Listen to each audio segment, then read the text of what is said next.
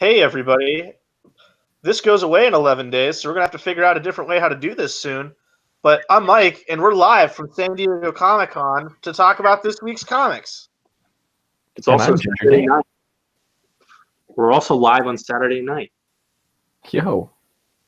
Mm-hmm. Yeah, but it's not 11:30. I mean, it is somewhere in the world. I think Dan, did I interrupt you while you introduced yourself? Yeah, you might have, but who cares? I'm Dan, like he said. I am also Dan. And I am not Dan. I'm Vincent. Vince, tell us how you got out of the long boxes. So I got out pretty good. Long boxes, you think of single issues. That's usually what I go, the dollar bins. But I found some crazy deals in the dollar bins. So let me show those to you. So this is an off-the-wall pick. This is called Shitty Dark Knight. And the concept of I'll just read the back. Shitty Dark Knight is a formless exercise analyzing the language of comics. Its goal is to boil down the visual storytelling in Dark Knight Returns to its worst possible execution in order to see if it still communicates effectively.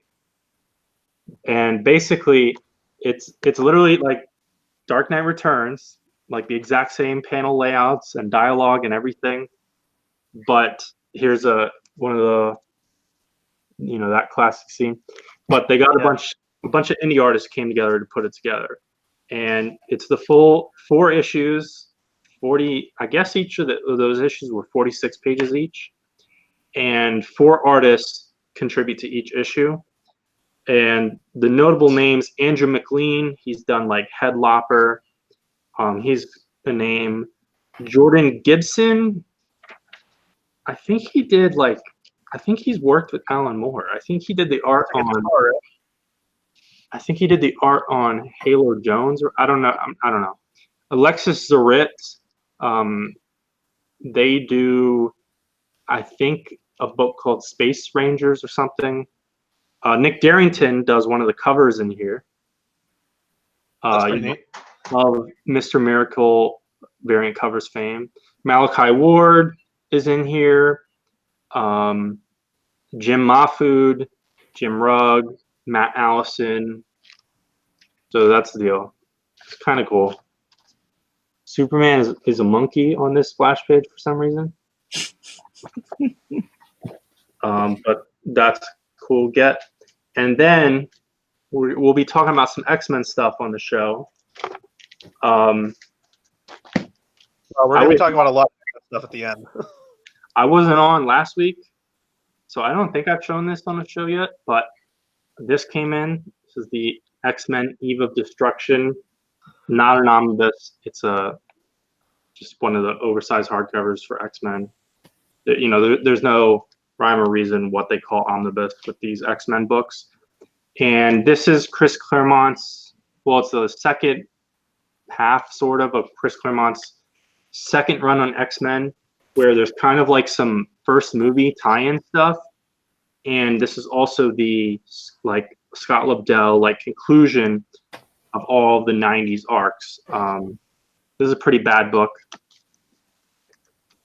And then I just decided to go insane, and they're in bags, so there's not really a great way to show it off. But I got, let's see, with the reverse camera. No, those are in the wrong order. I got. Oh, you bit the bullet. You got them. The Deadpool and X-Force omnibus and the Cable and X-Force omnibus, which have really stupid titles. And in fact, I might print out dust jackets to replace them. But this is basically X-Force omnibus volume 2 and 3, and as based on the titles, includes a lot of Cable and Deadpool stuff. So really, I resisted. I thought the idea of these was stupid when I first heard announcement of them, mostly with the names and everything. And I'm like, okay, the Deadpool and Cable inclusions are a little bit annoying. It's like filler bloat to justify the name and everything like that. But then the more and more I thought of them, and as the Cable one came out, I'm like, these actually kind of do make a lot of sense. And also getting them allows a X-Men idiot like me to get rid of a lot of other books and actually condense things. And so I'm actually happy with these. Now I just have to get rid of all the books that I need to get rid of. And the final part of my haul is this Swamp Thing t-shirt. Very, standard. Now, I want to say right now, currently in Pennsylvania, we are going through a very fun heat wave. So it is 95 with a heat index of like 105 outside, and you're wearing a black long sleeve shirt right now. Yes, it is long sleeve, and yet just on Is your the house air conditioned, by the way? on the Philly side, it's 89 degrees outside, but somehow the feels like jumps all the way from 89 to 105. Yeah. That doesn't make any sense. But no, my air conditioning is half decent right now. But the story behind this is it was actually a Christmas present from a friend, but they just kept forgetting to bring it every time we would hang out. So I finally got this Christmas present like last week. So that's why I'm wearing it. I'm not super uncomfortable, but I'll probably change. Well, it's also nighttime, so it'll come off. Not on the show, though. I'll spare you guys. Does anyone else have YouTube algorithm is not like that? Correct. Who else has haul stuffs? I got some stuff. Some stuff came in the mail that I ordered. We have the second New Mutants epic. Good shit. We have Spider-Man Light in the Darkness. Nice. It's mostly because Vince said that was good a while ago. Also because I played the Spider-Man PS4 game the past month or two, and that really got me in a Spider-Man mood, which you'll be able to see in the next 3 books. I was sitting on a pile of money, so I just said fuck it and didn't do anything useful and got the JMS Omnibus. Hey. Nice. Amazing Volume 4. Damn. You have and one Amazing through three, Volume 1. No. Oh, hell yeah. Those are the only Spider-Man omnibuses that I own. No, you have the Stern one, don't you? Oh yeah, I do have Spider-Man by Roger Stern. Thank you. I do have that. I have read that as well. Good shit. It's a sad day when we know what each of us has. Well, I know he has it because I've You been saw it. to his You apartment thought, and flipping through it. yeah, you flipped through it. Thought it was gonna fall apart because the binding is oddly weird, and it Yeah, was also one of those 3 books that I got buy one get 2 free deal for some weird reason. That's such a crazy deal. Yeah, so I got 3 omnibuses for $125, and it was You got Ecstatics, I got Ecstatics, Roger Stern, Spider-Man, and what is it? Yeah, Kurt Busiek, Iron Man. Yeah, that's a steal. Yeah, I got that like a year ago. That was sweet. Yep, that's all that came in for me. Alrighty. Did either of you have stuff? No, I don't. Yeah, I don't have it with me, but I picked up the Flash trade paperback Silver Age Volume 1 at Books A Million for $3.80. Oh yeah, that Penny a page. pennies. That Yeah. But other than that, not really much else. That's a pretty crazy deal. Mm-hmm. I was like kind of traveling that day, and I was like, "Fuck, there's really nothing remotely near me." Yeah, my store's selection was like shit. So like, and also you had to have page numbers, which I thought was really stupid. But that was like So one what- book that had it. when you say it had to have page numbers, like they had to be printed in the book. Yeah. Well, it's really dumb because you can go on Books A Million, look up the book, and get a page count on their website. And I'm like, why can't I just show you the page count on your Kind of website? curious for a lot of comics because a lot of like comics don't put page numbers in. Pretty much, it's just like Yeah. the reprinted like old stuff that has like page numbers for Marvel and DC at least. But they'll have a table of contents with page numbers listed, and it's really weird. Yeah, it's just. Oh, it I was hate really that. dumb. I hate when there's a table of contents and it's like, oh, this one's on page like 347, and then you flip through it and there's no page number, so you don't know where 347 is. It's useless We information. ran into that this week on the No Man's Land show, which is great because in the first, I mean, I'm just repeating what I said. So if you haven't seen that, go back and watch it. But I'll repeat it for you guys. So No Man's Land Volume 1 they put the covers in the back of the book. They don't have the issue breaks there. So, and then they have the gauze to put in a table of contents page, but then not put page numbers in the bottom of the book, rendering everything pointless. Yeah, that doesn't surprise me with DC. For what it's worth, So, just play devil's advocate. Page numbers on the table of content, but not on the pages themselves, makes sense for digital. Mm. oh yeah, it makes sense for digital. All right, so without further ado, this is our show for the week of July 17th. Big week. Thankfully, not 20 books this week. There was, in my very humble, non-biased opinion, one very important release this week, but we're not going to talk about it. What we are talking about we can't talk about it. Our retro book from publication date December 2016 is Venom Space Knight number 13.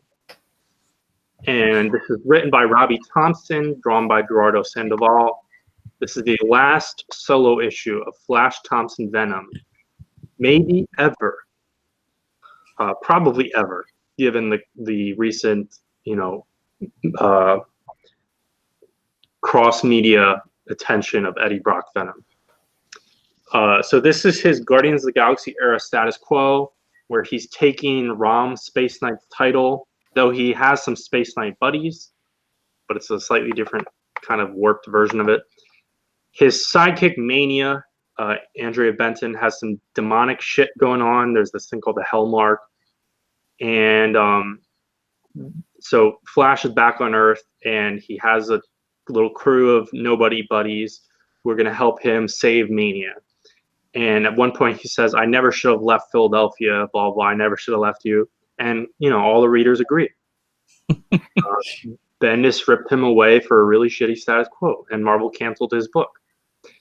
And he's basically getting his ass whooped, and his alien buddies show up to help. They're all kind of stupid. Don't really care about any of them. And they have a temporary antidote for the demon stuff. So everything's fine. It's actually wrapped up, like the fight itself is wrapped up pretty quickly once everyone shows up. The aliens all leave. The Hellmark, I guess, off panel leaves Mania, but it doesn't really. There's some weird dialogue, because it's like set up like they're gonna have a potential for a status quo moving forward. They both have their symbiotes and they're in Philadelphia, and at the very end of the book, Andrea says to Flash, she says, "Can you switch back to the old look? I like it a lot better." And again, all the readers agree. And so the final page is a splash page of Flash in like the original Agent Venom costume and Mania swinging through Philadelphia. And it says, "Long live Venom." And that's basically the issue. After this is the Mike Costa relaunch, where for like 5 issues, it's fake imposter Lee Price Venom. And then through various appearances in Venom and Spider-Man, both Flash and Andrea lose their symbiotes. They just get fucking stolen from them. Then Flash becomes Agent Anti-Venom in the Venom Inc. crossover. And Lee Price, the shitty imposter Venom, ends up with Mania's symbiote and is calling himself Maniac. And then there's all kinds of poison and venomized shit that they got wrapped up in, which meant that Cullen Bunn was writing Agent Venom again, and he was the guy post Remender who actually took them to Philly and introduced Mania and everything. But it was always as a backseat to Eddie Brock and the X-Men in the Poison X crossover. And then Flash met a very tragic ending from the Red Goblin. And Andrea never got Mania back, as I said, but I guess she has still part of the Hellmark in just like her built up skills. So she's allegedly a vigilante in Philadelphia to this day, but no one's seen her. I don't remember, because I think Flash's funeral is like mostly off panel, or I don't think she shows up. But this issue is interesting to me because I honestly like the whole Remender through Cullen Bunn run of Agent Venom is like one of my favorite comic books ever. Totally biased at a certain point because he ends up operating in Philadelphia, but this is the end for that, entire character arc as the status quo, and then he dies not too long after this. So, what did you guys think about the end of Flash Thompson, Agent Venom? Certainly was an issue in which it was the end of a comic series. I Those are definitely my thought it was interesting. Definitely got me a bit more like interested in reading like Venom Solo stuff from before this, but I definitely agree with Mike in that having this be the only thing I've read just confused the shit out of me. Yeah, I mean, like even coming from someone who's read like Bendis' Guardian stuff and like has read like him with like interacting with the Flash stuff from that time when he was with the Guardians. I mean, yeah, same thing. It's really. I read this issue in like 5 minutes also because it wasn't really text heavy either. Yeah, it was just pretty meh. Yeah, I mean that's the blessing and the curse of this segment, the retro issue. You have no idea what the fuck is going on. So yeah, I thought that was an interesting thing to take a look at. Mm-hmm. So that is our retro book. I will reveal next week's at the end of this episode, and Mike is going to take us. Are we doing indie first, right? Yeah. Mike is going to take us and talk about this book. Okay, so I'm talking about it again now because earlier you said you were going to talk about it. Nah. Go ahead. All right, I'm just making sure. Because we do forethought planning on this show. So Faithless number 4. Same creative team here of Azraella and Levette.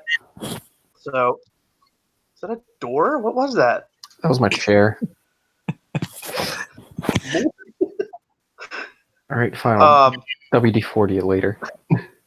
Just like, what was that? So Vince and I are reading this book, and Vince, I'm just gonna start by asking you a question of, do you know what this book's about? No. All right, neither do I. We open up with our main character of Faith having sex with the dad of her friend that died, and then I guess they're an item now. No, what? the friend who died is not related to this guy. This is the father of the girl she was hooking up with who left to go do something. Yeah, that's what I thought. No, but she died too, right? Or is she still alive? The dead girl is like one of her old friends. Okay, I thought they were both dead because she got turned into a bunch of rats or something. Anywho, this book she's developing a relationship with the father, and eventually she gets taken to this place where like this like picture studio where she's like coerced into like answering like these really, really personal questions, kind of upending like clear trauma she's had from the past, is like he's just taking pictures of her and saying that how she's art and that this is art, and then she God, I hate talking about this book.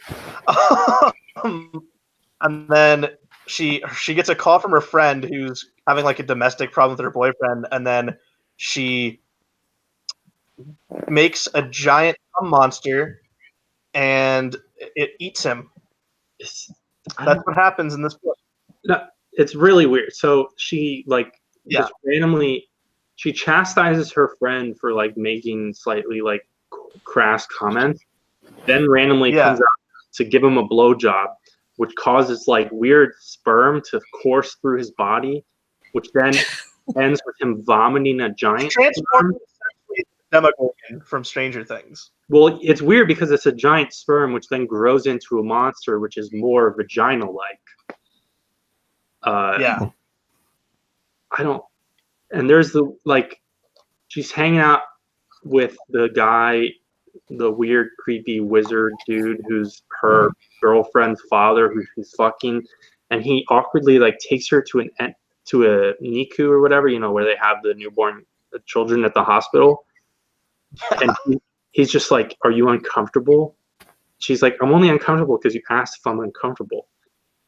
And I don't know if they're teleporting or if this is like time skips and they're like on a really long walk around the city, because then I read it as they're in an aquarium, and then they fuck in a graveyard, and there's like skeleton birds, and I don't know if that's like just vision bullshit, metaphor bullshit, or if there are skeleton birds. This book doesn't make any sense. no. Mike probably I think agrees. we're both done with this. We're not going to continue. Yeah, I mean Maria Levette, I think that's her name. Her art it's always been amazing. I don't get the story. I don't get it's just like It's not really a story. That's the thing. It's just kind of snapshots. Well, because at first, and the way it was marketed was like witches that fucked each other or something like. It was like witches with sex. Yeah. And there's obviously weird magic adjacent shit going on, but there's zero explanation. It's not like we've been told once that she has witch powers. We don't know how she uses them, to what extent she can use them. There's no goals, no motivations going on. It's just people walking around and sex stuff and nonsensical magic stuff. Right. I mean, considering it's Azarello, it could be worse. Like, it's not quite as like really edgy as I was expecting or fearing. But I'm done with this book. Yep, same. A book I might not be done with, I just recently jumped on. It's Aquaman number 50. This is one of those stupid You're the Villain tie-ins. I think, did those start last week? Because I missed last week, but 2 weeks ago, because Justice League 27 was a tie-in to the offer. Yeah. Who got the offer? We did. I want to say Manhunter and Hawkgirl. I think that's who the little Legion of Doom drone showed up to at the end of that one. Because I guess, I mean, to an extent, that the entire Justice League arc has been a tie-in. Yeah, I mean, it's still being called a tie-in today. It's a tie-in, but like, it's really just 2 pages at the end of each issue. There's not it's not all tie-ins to this. So Aquaman 50 is a tie-in. On the cover is Black Manta. Just putting that out there at first. This is the Kelly Sue DeConnick run. Art here by Robin Rocha and Eduardo Pensica. Art's pretty good. Aquaman and his new supporting cast from the DeConnick arc that I didn't read show up in Amnesty Bay, which is in Maine, in this continuity, whatever. Wonder Woman shows up to welcome him back to life and the surface world. And there's some kid, and there's also this police officer, Officer Watson, and her and the kid are from they've been supporting characters all throughout. They go back to the Jeff Johns run.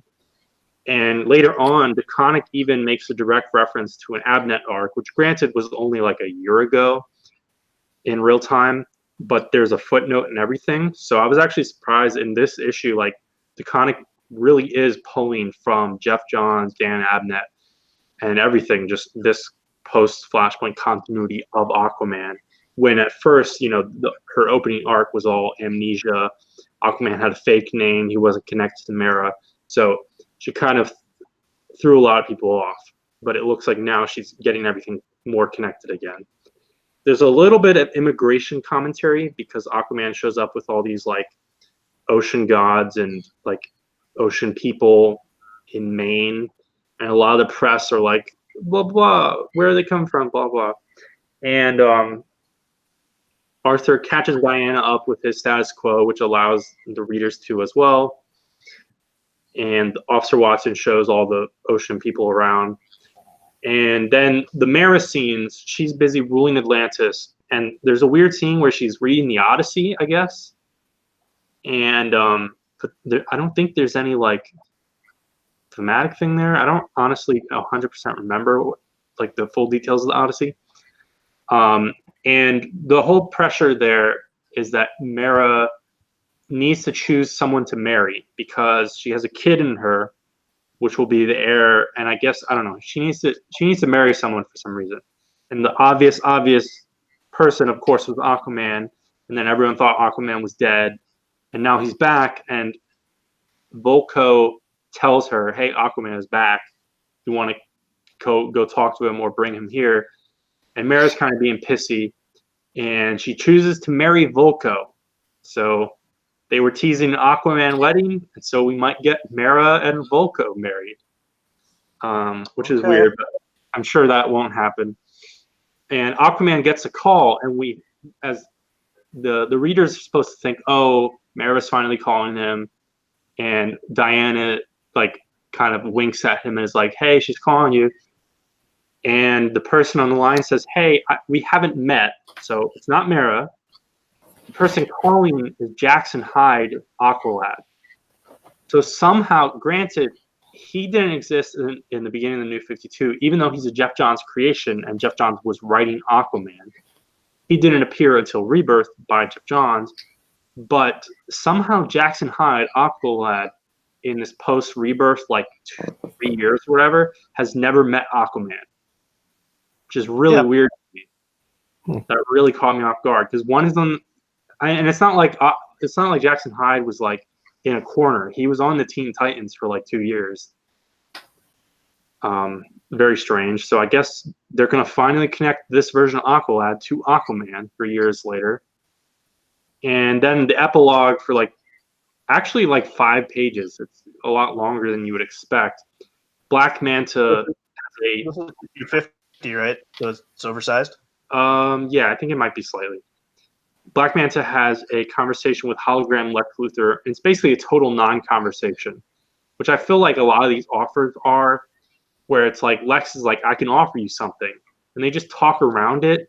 There's only slight hints at what Lex is gonna provide for them and what they'll be able to accomplish, but it's never, in the issues I've read, it's never like Lex isn't like, I'm going to give you this and you're going to do this, but it's something to do with Black Manta avenging his father as usual. And I want to call back to how I started this issue. Black Manta is super prominent, takes up half of the cover, and again, it's more pages than 2, but he's in the back of this issue, has no interaction with Aquaman whatsoever. But I guess that's just the nature of these tie-ins. I don't know. It's all right. This felt a lot more like an Aquaman book than I heard about the beginning of her run. And I think she's moving toward more interesting directions. So, yeah, I think I am. And I think since I imagine her last arc, even though I think she started at 40, she started a lot earlier than you would think, but she started at 43, I think. But that first arc will probably be just one trade, so I probably will just collect and read this run. When at first I was like, here's my jumping off point. All right. Next book up, which also ties into the offer because of the ending, but this is my pick of the week, Batman number 75, the beginning of City of Bane. So we got Tom King, Tony Daniel, and Mitch Gerrits here. So we got sticking with the 2 artists, but Tony Daniel's returned to the book after an absence. So we open up with this because 74 we left with Batman climbing out of the pit, and what looked like beating Thomas Wayne, Flashpoint Batman. So we're just opening up here with raindrops falling, and it says later, and we get the Joker and Riddler and a cop and a squad car being detectives in Gotham City, answering to Commissioner Hugo Strange as they're investigating the deaths of Dr. Double X twice. Oh, I believe he showed up in the Super Friends issues of King's Run. So I think where they do the double date with Superman and Lois. So he comes back here, but so City of Bane is kicked off. It's the final. It'll be the 10-issue story that ends King's tenure on Batman formally before Batman Catwoman starts early next year. And so it's all been revealed that all the villains control Gotham and Batman's nowhere to be found. But the Batman that's in the city is Thomas Wayne again. And then we cut back to Bruce, who's like in the Himalayas, like snowy mountains somewhere, climbing up a hill. Thomas Wayne is in the Batcave, and his butler is the ventriloquist, which I liked all of that. I didn't recognize him. I thought he was just fucking around and found an old fat dude. Because No, I it's picked Arnold Wesker. okay. Because I saw this as, oh look, it's supposed to be a reference to Fat Alfred from from the Golden Age / Earth 2. I initially read it like that until I saw him more clear. I was like, oh no, that's Wesker, Okay. who was also a part of Batman's Suicide Squad team in I Am Suicide. So kind of a lot of players all returning.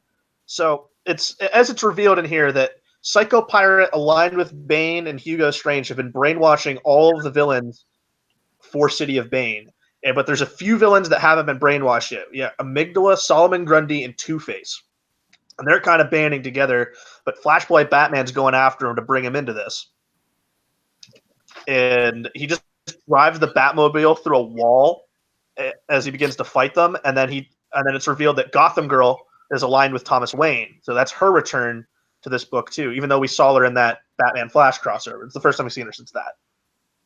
But really kind of the first time we've seen her in King's Run since issue 24. And she could not be more fucking annoying. Oh, Yeah, she was great. She was great. I mean, that's the point, but yeah, she talks a lot. see, the funny thing is, she's like supposed to be. This is her point, but she sounds like a Bendis character. I'm guessing you didn't like Thomas Wayne Batman throwing a batarang right into Two-Face's eye. Well, I mean, yeah. the same character with him and everything. I just don't like. I guess I didn't know what I expected for City of Bane, but I don't really. I like this premise a lot. I think it's cool. Well, I actually sort of like the premise, but the fact that Batman 75 doesn't star Batman is a little weird. Well, it stars a Batman. Doesn't star Batman. No. It's not even like Dick Grayson Batman. This is What do just you not. want? We had a great Batman moment in the last issue. Numbers mean nothing today. You know that. But yeah, they capture Two-Face and they indoctrinate him. Cutting back to Bruce, he gets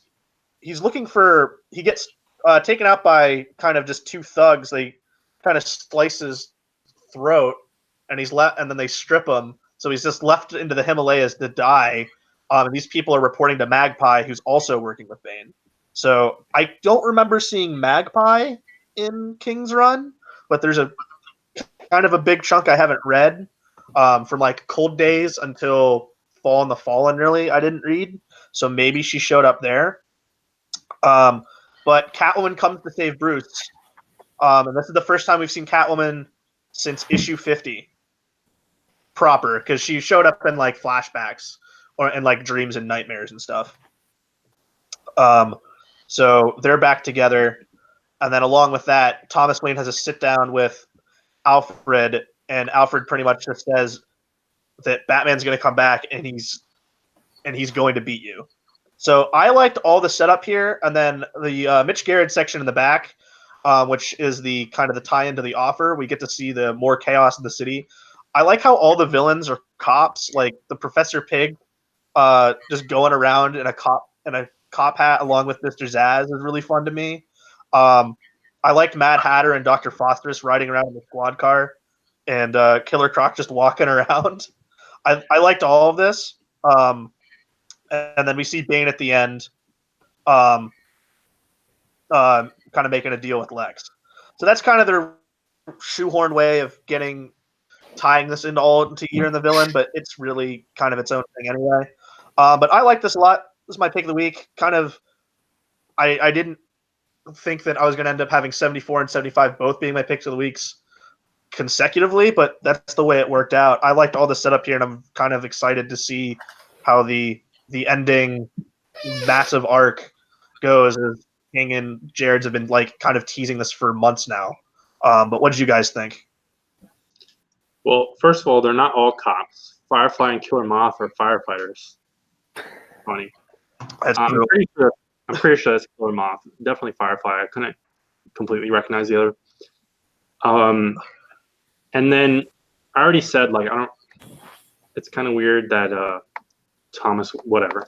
But Bane's discussion with Lex is kind of interesting. First of all, he says the word crisis, which means that there were 50 billion clickbait articles about this issue. And it's like, Yes. there's nothing new it hinted at in this issue remotely with regards to that. He's literally just referencing the Perpetua stuff, which has been in the Justice League title for the past year. Which they've described as a crisis-like event. Yeah, Bane isn't hinting at anything new here. But they're like, Batman hints at new crisis, and it's like we already knew something was coming. But Bane's twisted logic is that he wants something from Lex, but sort of doesn't. He basically, once Lex takes over the world and everything, he wants Lex to just co-sign him and sort of leave him alone, like set up walls around Gotham and just leave Bane up to his devices. And Bane's twisted motivation for the City of Bane is he broke Batman or whatever, and now he will be able to accomplish what Batman never could, which is essentially make Gotham a peaceful place. And I mean, he's doing it through brainwashing and pacifying everyone. And for the time being, it's also not a peaceful place because all the villains are going around terrorizing everyone still with even more with authority behind their back. But I kind of get his stupid motivations. If anything, it's going to be big and epic, and it's definitely pulled from everything King's previous 74 issues have been building to, which is really cool to see. It's all been building to this kind of huge crescendo that's going to end it. And I didn't fully understand the Bruce segments. Neither did I. I didn't. I don't. I'm sure that'll be revealed as obviously with the time jump. I want to know what happened between the end of Fall and the Fallen, of him getting out of the pit to here. But I think that'll be revealed. This is clearly an introduction. It doesn't all have to be set and expounded upon now. Yeah, I mean, I agree. But within the context of this, he's not looking for Catwoman. He doesn't know she's there, as far as we know. And I guess he's trying to look for like. I thought it was going to like Sensei or something. Yeah, one of the people who trained him. I don't remember where like Ducard is in the Batman continuity. Or something. He showed up in Tomasi's Batman and Robin. He's alive? Yeah. And I think his son was killed. Oh, yeah. His son is nobody. But I don't know, whatever. He's looking for some of them, and I guess he got a message that they're dead within the time skip. And then I don't know how these two guys, who at first seemed like stupid, like minor villain, like not villains, like minor monks or civilians, these two guys take down Bruce Wayne. Well, he's like struggling walking through a blizzard in Himalayas. I can buy it. Whatever. It's whatever. Who else reads this book? Dan, don't you read this book? Yeah. He does, but then he's like, I don't know what's going on. Well, the thing is, like, like I think this is a little more like I've been reading the few issues leading up to this, so like I think I know a little bit more now. But yeah, like Mike said, I mean, this is setting up a lot of things, and it seems like this whole run's going to come to a crescendo with this story. I mean, I think a lot of stuff is happening in this issue. It doesn't feel slow to me, so I'm excited to read along.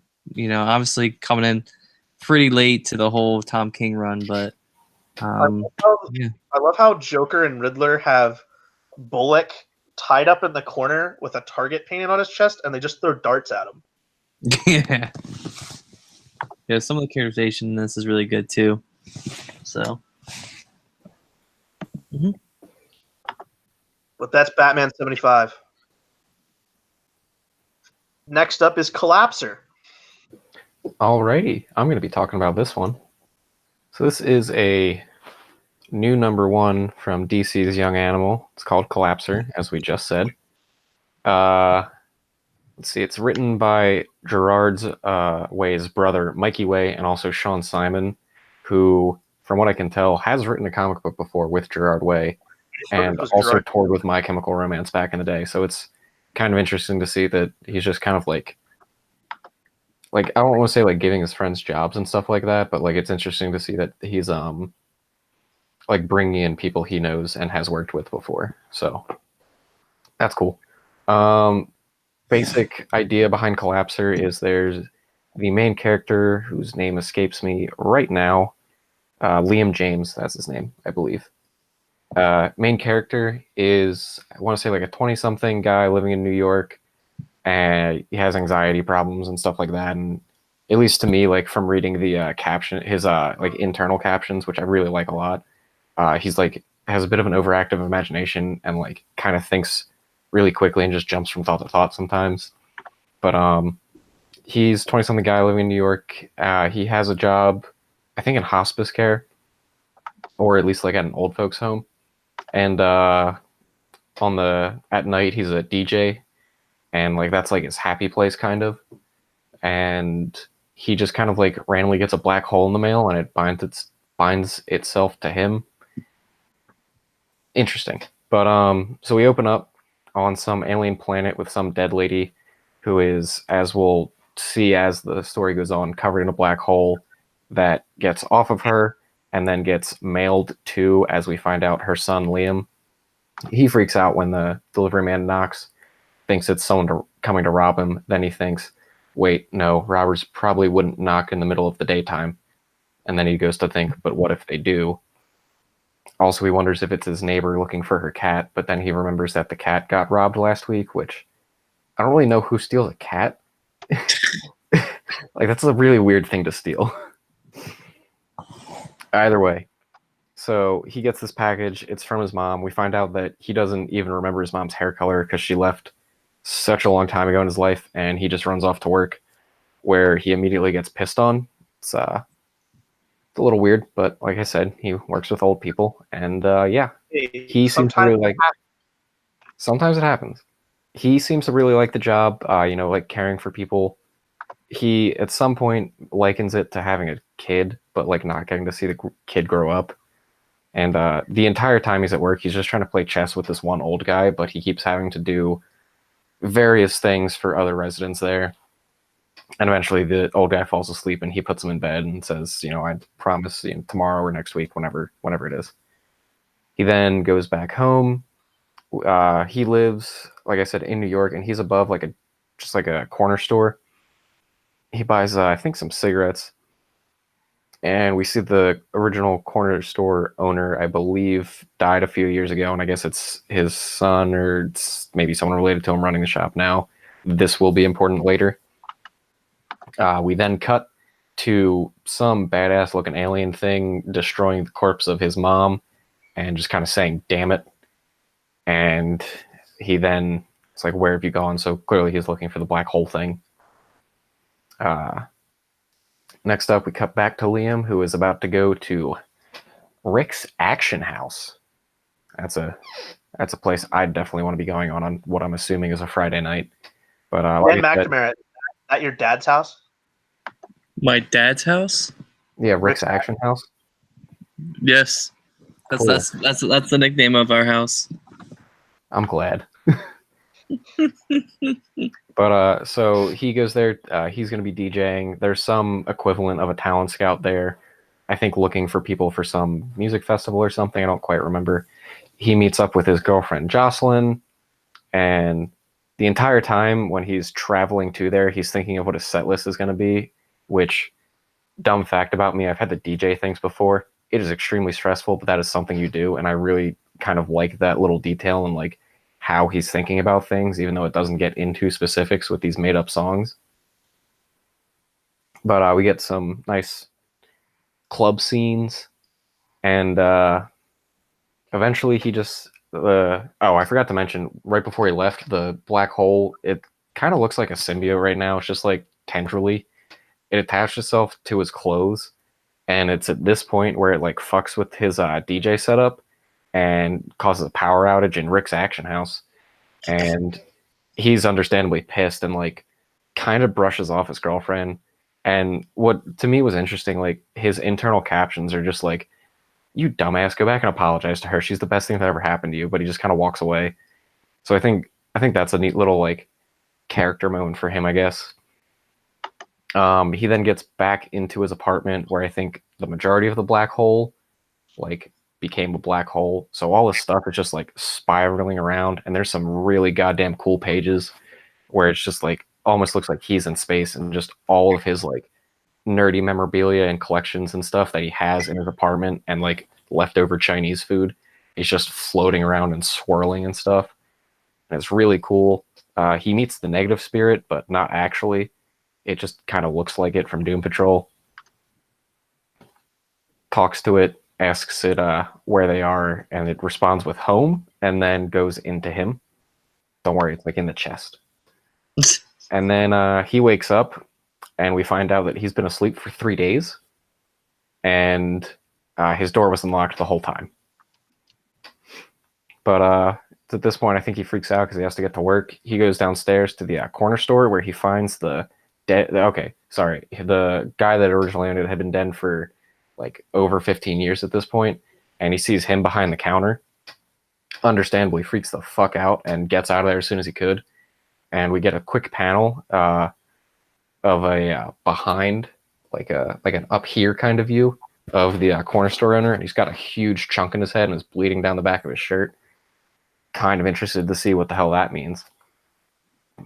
He then gets confronted by the guy from earlier that was looking for the black hole. Liam activates some sort of weird power and ends up teleporting himself to Stonehenge. And that's the end of the first issue. Don't think I mentioned it earlier, but the art in this is really good. It's pretty reminiscent of other Young Animal books. And it's done by Ilias Kriazis. I maybe kind of hopefully got close with that. I don't know. But yeah, this is a really good book. I'm really interested to see where it goes. The scene where he gets out of his taxi and goes to the club, he looks almost exactly like Jack Knight. I thought that was neat. But no, I like this a lot. Like weird leather looking thing.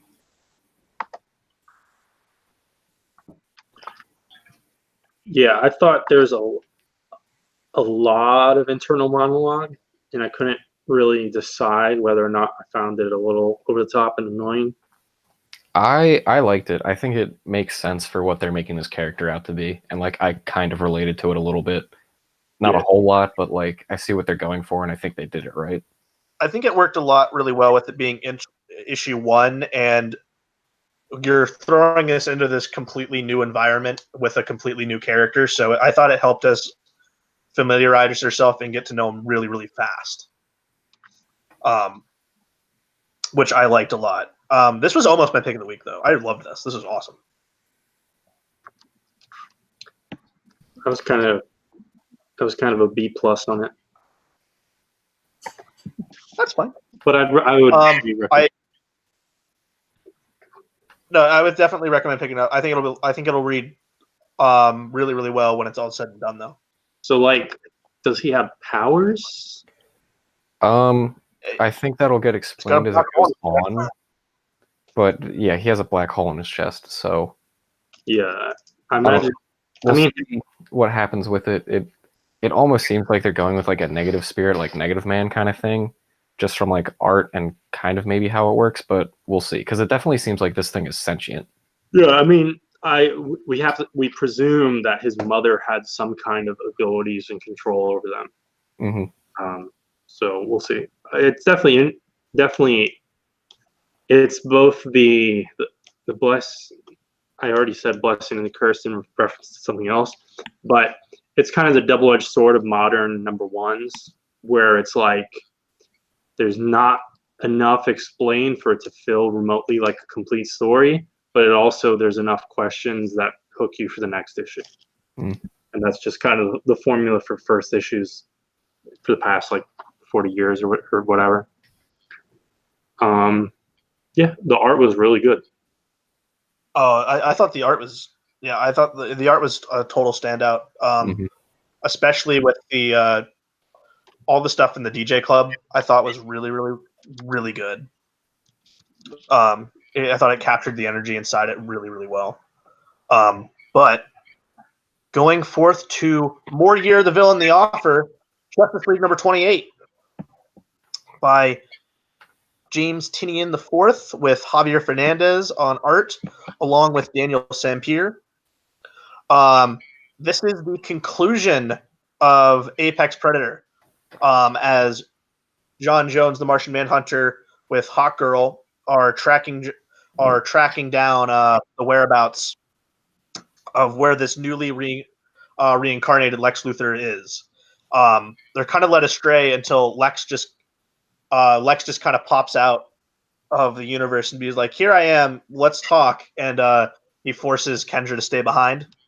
Meanwhile, the rest of the Justice League are on their mission with dealing with the Perpetua and recruiting the Monitors and stuff to deal with that, as they're kind of led into the anti-Monitors world and realizing that, oh, things are not going well here, and so they gotta get side trained and they gotta figure out what they're doing. Most of this issue, though, is the meat of it is Lex and Martian Manhunter talking, kind of expounding upon the weird relationship they have with each other, and it's all building to this moment where Lex does make him the offer to join, but he obviously refuses, and then Lex kind of has with his newly reformed power body, he has powers where he's able to just kind of take down Martian Manhunter and kind of dissolves him into himself, which was really creepy. But I thought this was a great kind of Lex moment of, I'm happy Lex is a bad guy again, and this kind of awesome forceful threat where he's able to just take out the Martian Manhunter as he's just dissolving in front of Hawkgirl. And he sent out the rest of the Legion of Doom to kind of sidetrack the Justice League and make them stall until I forget what the name of the brother of the Monitor and Anti-Monitor is, but he just kind of throws down his axe and gets them out of there, while Starman and Shane and Jarro are also realizing that, oh, the Legion of Doom is enacting their plan, and they've kind of had visions seeing the end of the world. I thought this was fun. I liked this arc a lot more than the previous one with the Fifth Dimension stuff.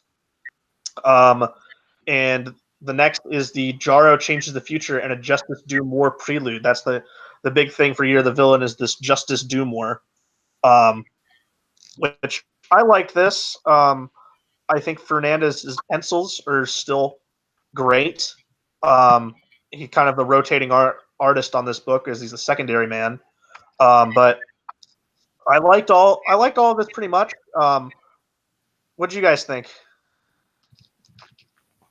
It was all right.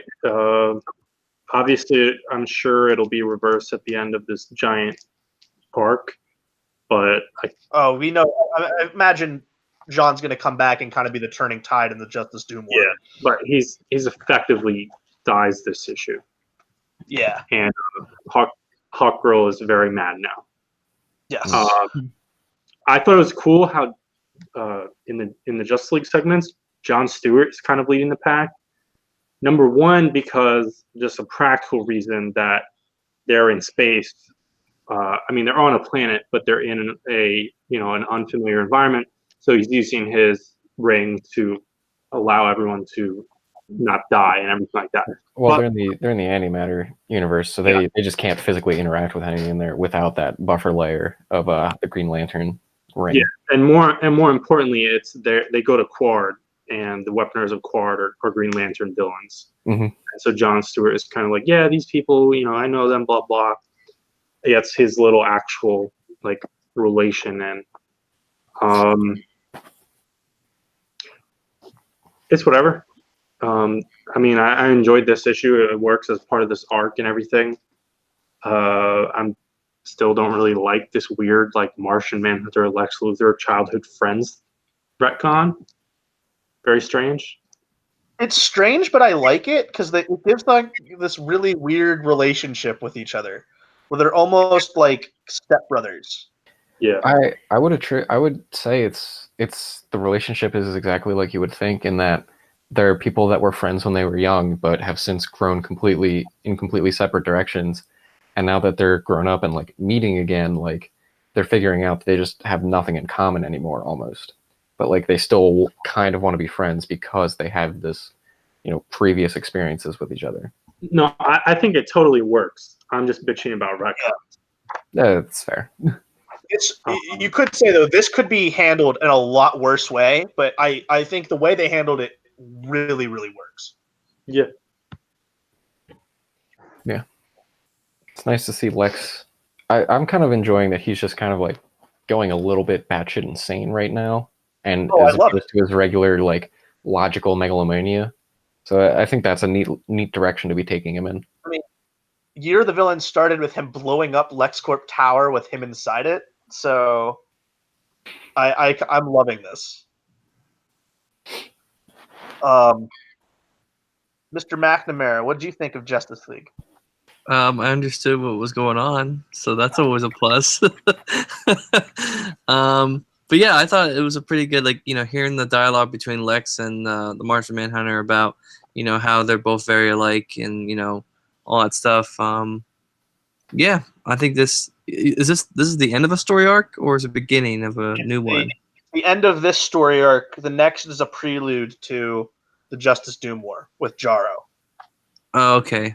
So they're kind of doing a little bit of setup for that in this issue, Right. But I thought it was good. I mean, again, I'm not 100%. I'm not really familiar with a lot of these characters, so I'm still trying to learn on the fly. But yeah, it was pretty interesting. So I jumped on this like the beginning of this arc basically. Didn't read No Justice any of the previous stuff. I like Jarro. That might be a hot take. I like Jarro. That's weird because I don't like Jarro. He's funny. Yeah, I agree with Vince. He's funny, but like, I think this singular panel he's in is the only thing I've seen of him, because I only read this issue and the last one. He had like maybe one funny line like an issue or two ago. I don't remember. It seems like an interesting concept. If nothing else. Screaming that he was Robin and fighting with Batman. That was kind of funny, but all right, that's Justice League. All right. If I'm not mistaken, we're on to Superman's pal Jimmy Olsen. Correct. Yes, we are. This is another new #1. This is going to be a 12-issue maxi series. This is written by Matt Fraction and drawn by, I believe, Steve Lieber. Correct. Right. And so we open up with Joachim Olsen in It's the Falls That Kill Ya. Joachim is Jimmy Olsen's great-great-grand something. He also is probably illiterate, if not exceptionally dumb, because he has speech bubbles. Absolutely no idea what he's trying to say. Something about Luthor's, maybe? Who knows? I think he's trying to say that he owns the land at the top of these falls, and then literally the next page gets whacked with a shovel and falls down them. Done. Yeah, they tie it back to the Luthors when Fraction goes a little bit more like behind the curtain and explains the history of Metropolis. Yeah, which is next. I was confused at first because the guy says this is Alexander land, which I guess could be his first name, Lex Luthor, Alexander. Mm-hmm. But if you were claiming land, you would use your last name, I would imagine. And then, again, maybe it's his accent and him being stupid. They use like Luthius, so maybe the Luthors. He's probably trying to say like Luthus or something. Just like aspirating the R. I couldn't tell if it was accent or if the Luthors changed their name, like many immigrants to America, which applies to the Olsens, because Olsen used to be spelled like Olson or whatever. Yeah, it has 2 S's and a second O instead of 1 S and an E. Yeah, and then it got abridged, fixed, Americanized to what we know. Mm-hmm.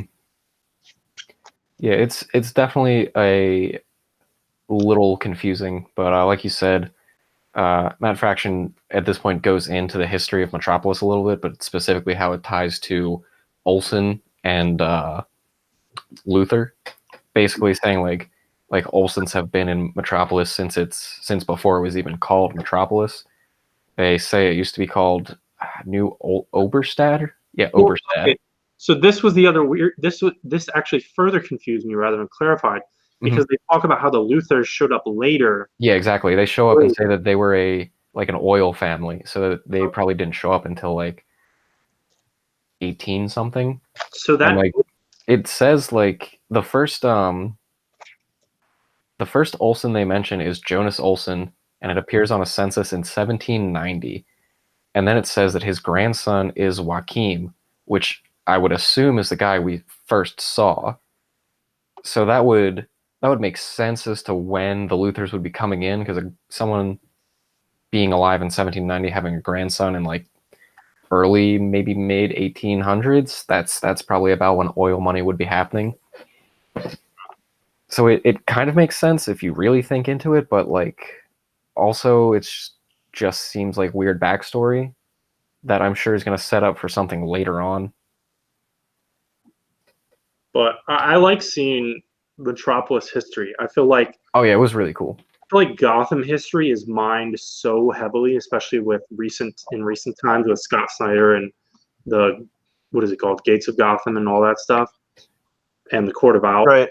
But we don't get much about like it's referenced in this issue. Opal City is referenced, and many of us are Starman fans, and obviously James Robinson went deep into the history of that city. But otherwise, a lot of the other DC cities, we don't get a ton of history. Yep. So we end Metropolis history, which I think we find out that people are, or I don't know. There's 3 people talking around a table. One of them might be Lex. I think it is. And one of the stories here is that there's some like the Lion of Luther or something like that statue that's in Metropolis that is like maybe a historical monument, but maybe not. They're trying to figure it out. Also, we see the first time where someone refers to the mayor as a dinosaur, which happens like at least 3 or 4 more times in this issue. But after that, we finally get to Jimmy Olsen. On this page, he's Superman's problem, and I'm guessing the quick story name here is the pal who fell to Earth. What he's doing is he is up in the atmosphere, about to jump out without a parachute, because it's for his. I'm guessing it's like a web program or like a YouTube series like thing called Jimmy's Pals. And this is a wish from a guy named Kevin who wanted them to jump from outer space to the ground without a parachute. Who is this? Jason Bumgarner or something? The real guy? Something like that. I don't know if Jason's the right first name, but it's definitely Baumgartner. We also have Scoops the drone, which I really hope is just a really early model Skeets. But it probably isn't. But he's also working with Star Labs, and they're just going to inject him with something. And he also has stem cells from Metamorpho, and Metamorpho's just like freaking out because of legal implications, which I thought was kind of funny. And so Jimmy just turns into a turtle like immediately after this guy sticks a syringe in him, and he starts falling to Earth. Cut to Clark Kent looking up in the sky and just being like, oh boy. So Jimmy the Turtle, fallen to Earth, gets caught by Superman. We get a quick cut to that statue that we mentioned earlier. People are looking on in like on the TV from that drone. Metamorpho is very relieved when he finds out that Superman is on the scene, and then they find out that they're going. The statue is called the Monarch of Metropolis, and Metamorpho immediately goes, shit. What I assume, I'm just gonna point out a quick caption here. I'm assuming it's Superman trying to work out the math behind him stopping Jimmy the Turtle, and he gives the surface area of a sphere and the volume of a sphere. Fun fact for you, the volume equation is wrong. It should be r cubed, not r squared. Yes, that's something I noticed. So Superman not good with math. Which he should be. But yeah, either way, he doesn't successfully stop Jimmy. They crash straight through this giant lion, statue that is maybe being rebuilt or built for the first time. They're just very like, they just don't really give much background on this statue and why it's important. But Lex looks on and just goes, "Oops." They crash. They skip across the bay. Jimmy just miraculously becomes not a turtle, and we get the next section of the book, which is Jimmy Olsen's boss, Perry White, in Force Majeure, where he fires Jimmy because he just, crashed through something extremely expensive. I also love Perry's vernacular in this. He says ambulatory boondoggle, which I thought was a fantastic insult. Don't know what it means besides ambulatory meaning walking around, but basically Jimmy finds out that there's an insurance fund specifically for his activities, and in a hilarious sequence he says, "Oh, come on, name one time I did anything," and we cut to him being chased by a T-Rex destroying a bridge, him chasing a ghost, but he's also a ghost, him taking pictures in a police shootout in front of the police cars where he's not safe, him running from a runaway box truck that is in the air, him running away in safari gear from a gorilla wedding, and him just looking nervous while there's bandaged people behind him with weird eyes. And then he kind of agrees. What's funny is the ads for this book use like several panels on the page, but also a panel of Superman eating a hot dog, which I don't think it's not in this. That's my one complaint about this. This issue lacked hot dogs completely. So they might have, but maybe they got the page or something, or Lieber drew that panel just for the ad. It's probably just going to be like later on in the series, but who knows? I mean, if it was just for the ad, I don't even care that much. Is the wink? Yeah, we're getting that soon. Yeah, the wink, and then it stands there, and it's hilarious. Like I said, we'll get there in like 2 seconds, but yeah. So somebody informs Perry White that journalism is dead, and Jimmy Olsen is the only one that makes the Daily Planet any money with his online video shenanigans. So he immediately gets rehired. But I think it's the publisher is just like, so I don't care if he's making us money. I don't want him in this town anymore for like insurance reasons, which moves the rest of the book along. But we get to the wink scene where the publisher says, "Kent, can you keep this kid quiet and out of trouble for a little bit?" And he says, "Gosh, Mr. Leone, I wish I could, but ... that might be a job only Superman could handle." And then the next panel, he's still staring at us winking. Yeah. Which, obviously, that's a clear riff on the end of the 1950s George Reeves show, which would always be the thing. He'd look in the camera and be like, wink at you, letting us know that he's Superman and no one else knows it. But, like, just to see that isolated moment of him still doing it, like... And, like, the publisher's just, like, really creeped out. Thing that made me laugh out loud. Yeah, it's just really funny. But so the final, I'm just gonna call it a chapter, even though it's not called that. It's just we get like new title pages almost every once in a while. This one is Superman's long distance BFF Jimmy Olsen is new in town, and he's in a really fucking rundown apartment with an interesting landlord. A bat flies out of his window when he tries to open it. There's a lot of rules. The rent is due daily, which I thought was interesting.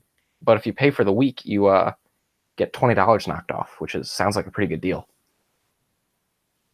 And then Jimmy looks out the window and we find out that he's in Gotham. Yeah, see, which of you totally thought this was like a foreign country? I didn't. I did. Once the bat flew through the window, I kind of knew where it was going. But even then, I'm like, it's okay. It's a shitty place. Like, this guy has such a weird like accent and like mannerisms. Yeah, it's like an exaggerated New Jersey accent, though. Like, yeah, it could also just be that this guy maybe was a foreigner and is like immigrated to America, and he's just a landlord. Like, I'm sure that's not uncommon. So for few reasons. I don't know when this book takes place, which I think is probably how they got Fraction to work on a DC book. They just told him, we don't give a shit. Obviously, Lex Luthor and Gotham City have major status quos that are not reflected here. Yeah. Just to tie up the issue, the last panel is Jimmy hanging up a newspaper clipping on his wall from the Daily Planet, and the headline is "Who Killed Jimmy Olsen?" So clearly, there was a bit of a time skip in between, or at least some events happening in between him at the Planet talking with Perry and the rest of them, and then this, and the kind of next issue teaser. Next, dare you discover the secret powers of Jimmy Olsen's pal Kevin? Crossed out, looks like by hand in red, Superman. Yeah, so he faked his death? That's what I'm guessing. He faked his death to go over here, but that also wouldn't really make sense because then how is he going to make money for the Planet? So I'm thinking maybe most of the story is going to be getting to this "Who Killed Jimmy Olsen" page. I really enjoyed this book. Oh, this was great. It was really funny. Everything I wanted from a book called Superman's pal, Jimmy Olsen. My only issue with it is I wish that it wasn't told in such this like snapshot style. I would have preferred just a more crazy wackiness, but it definitely allows Fraction to do this quick like kind of snapshot style allows Fraction to do this more crazy avenue with things, and for a book with Superman's pal Jimmy Olsen, I want it to be crazy. Yeah. So like I know he definitely teased that from the Leviathan Strikes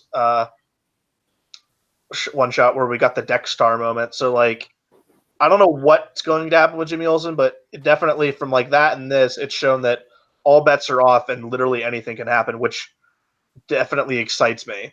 Yeah, I love way to handle Jimmy Olsen. It's got this timeless feel to it, which I think really makes the book work. Superman looks great. Jimmy looks great.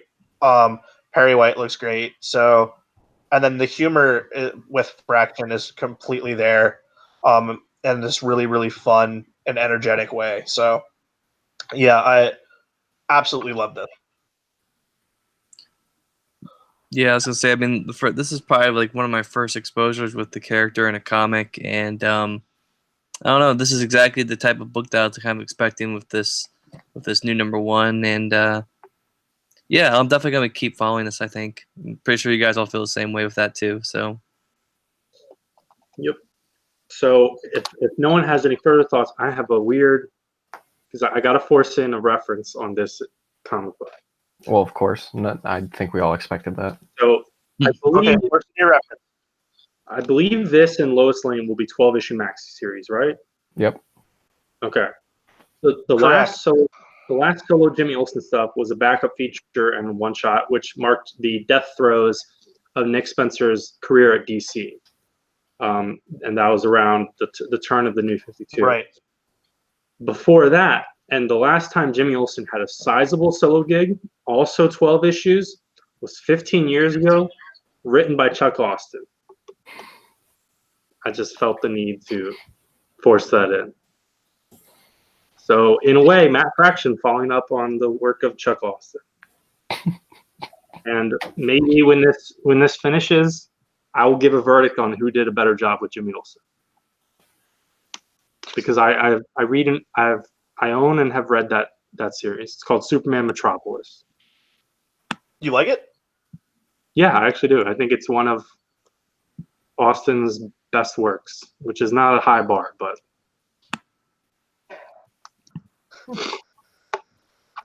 all right.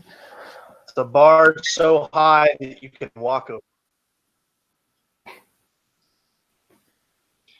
Mr. McNamara, take us to the universe.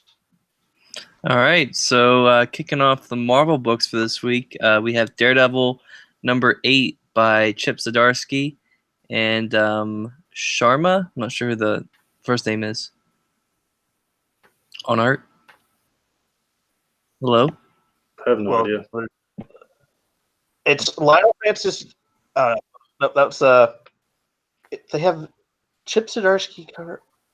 All right, Lalit Kumar Sharma Okay. So is the artist.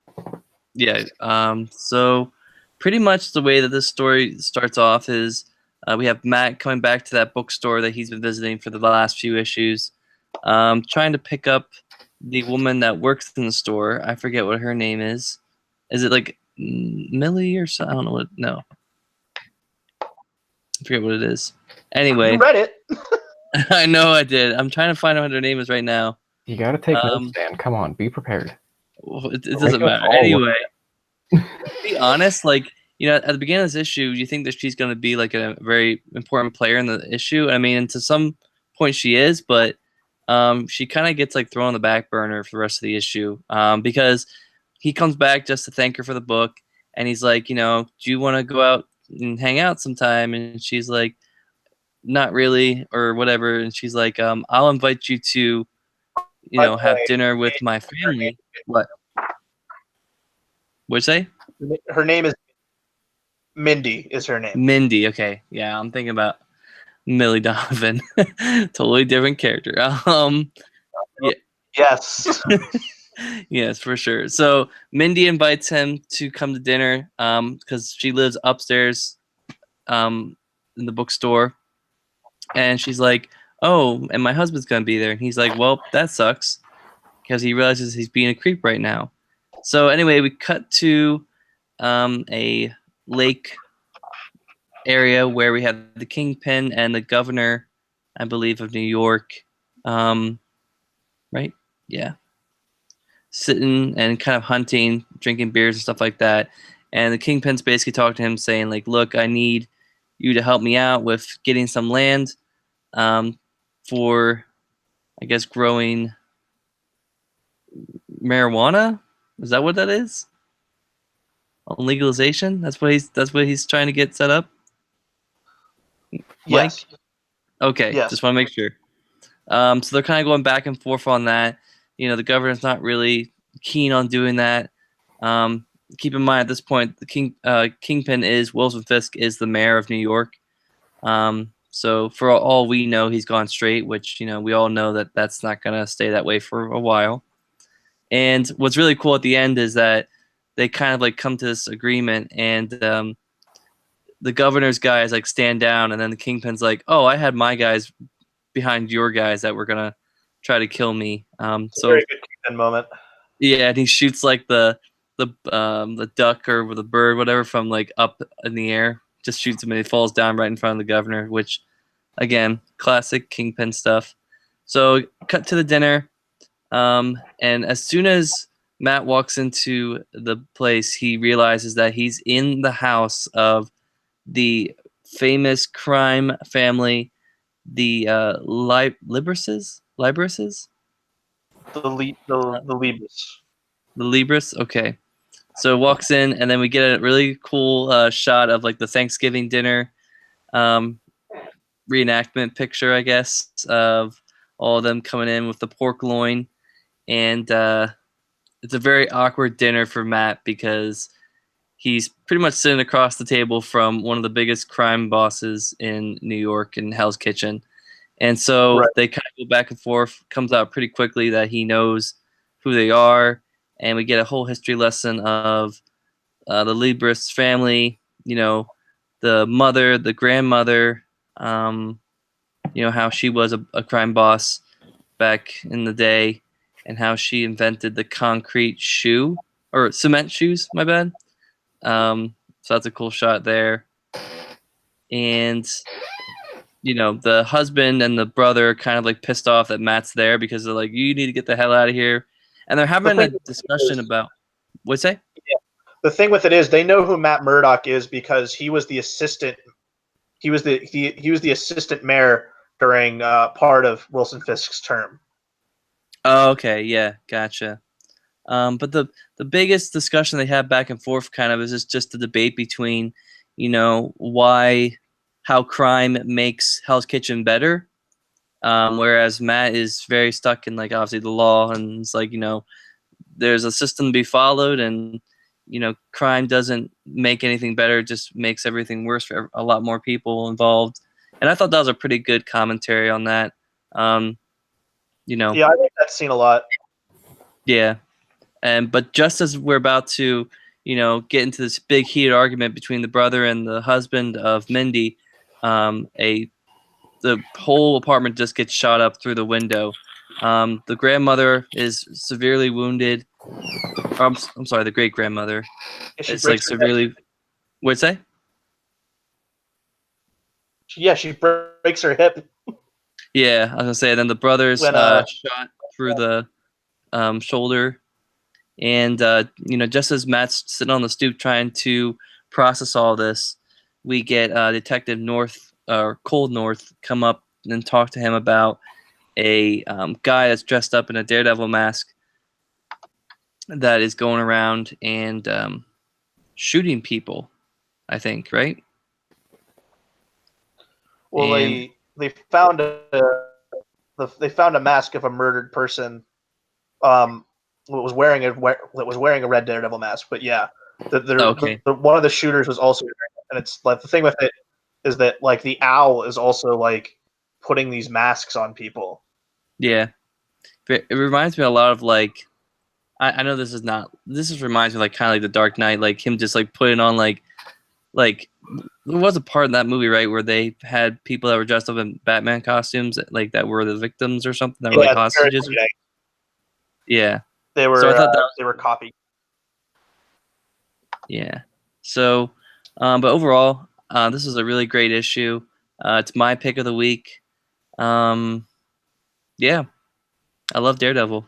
So I'm really I'm really excited to go back and reread all this whole run. So It's been really good. Zdarsky is kind of, I mean, he's writing 3 books at Marvel right now that I'm enjoying.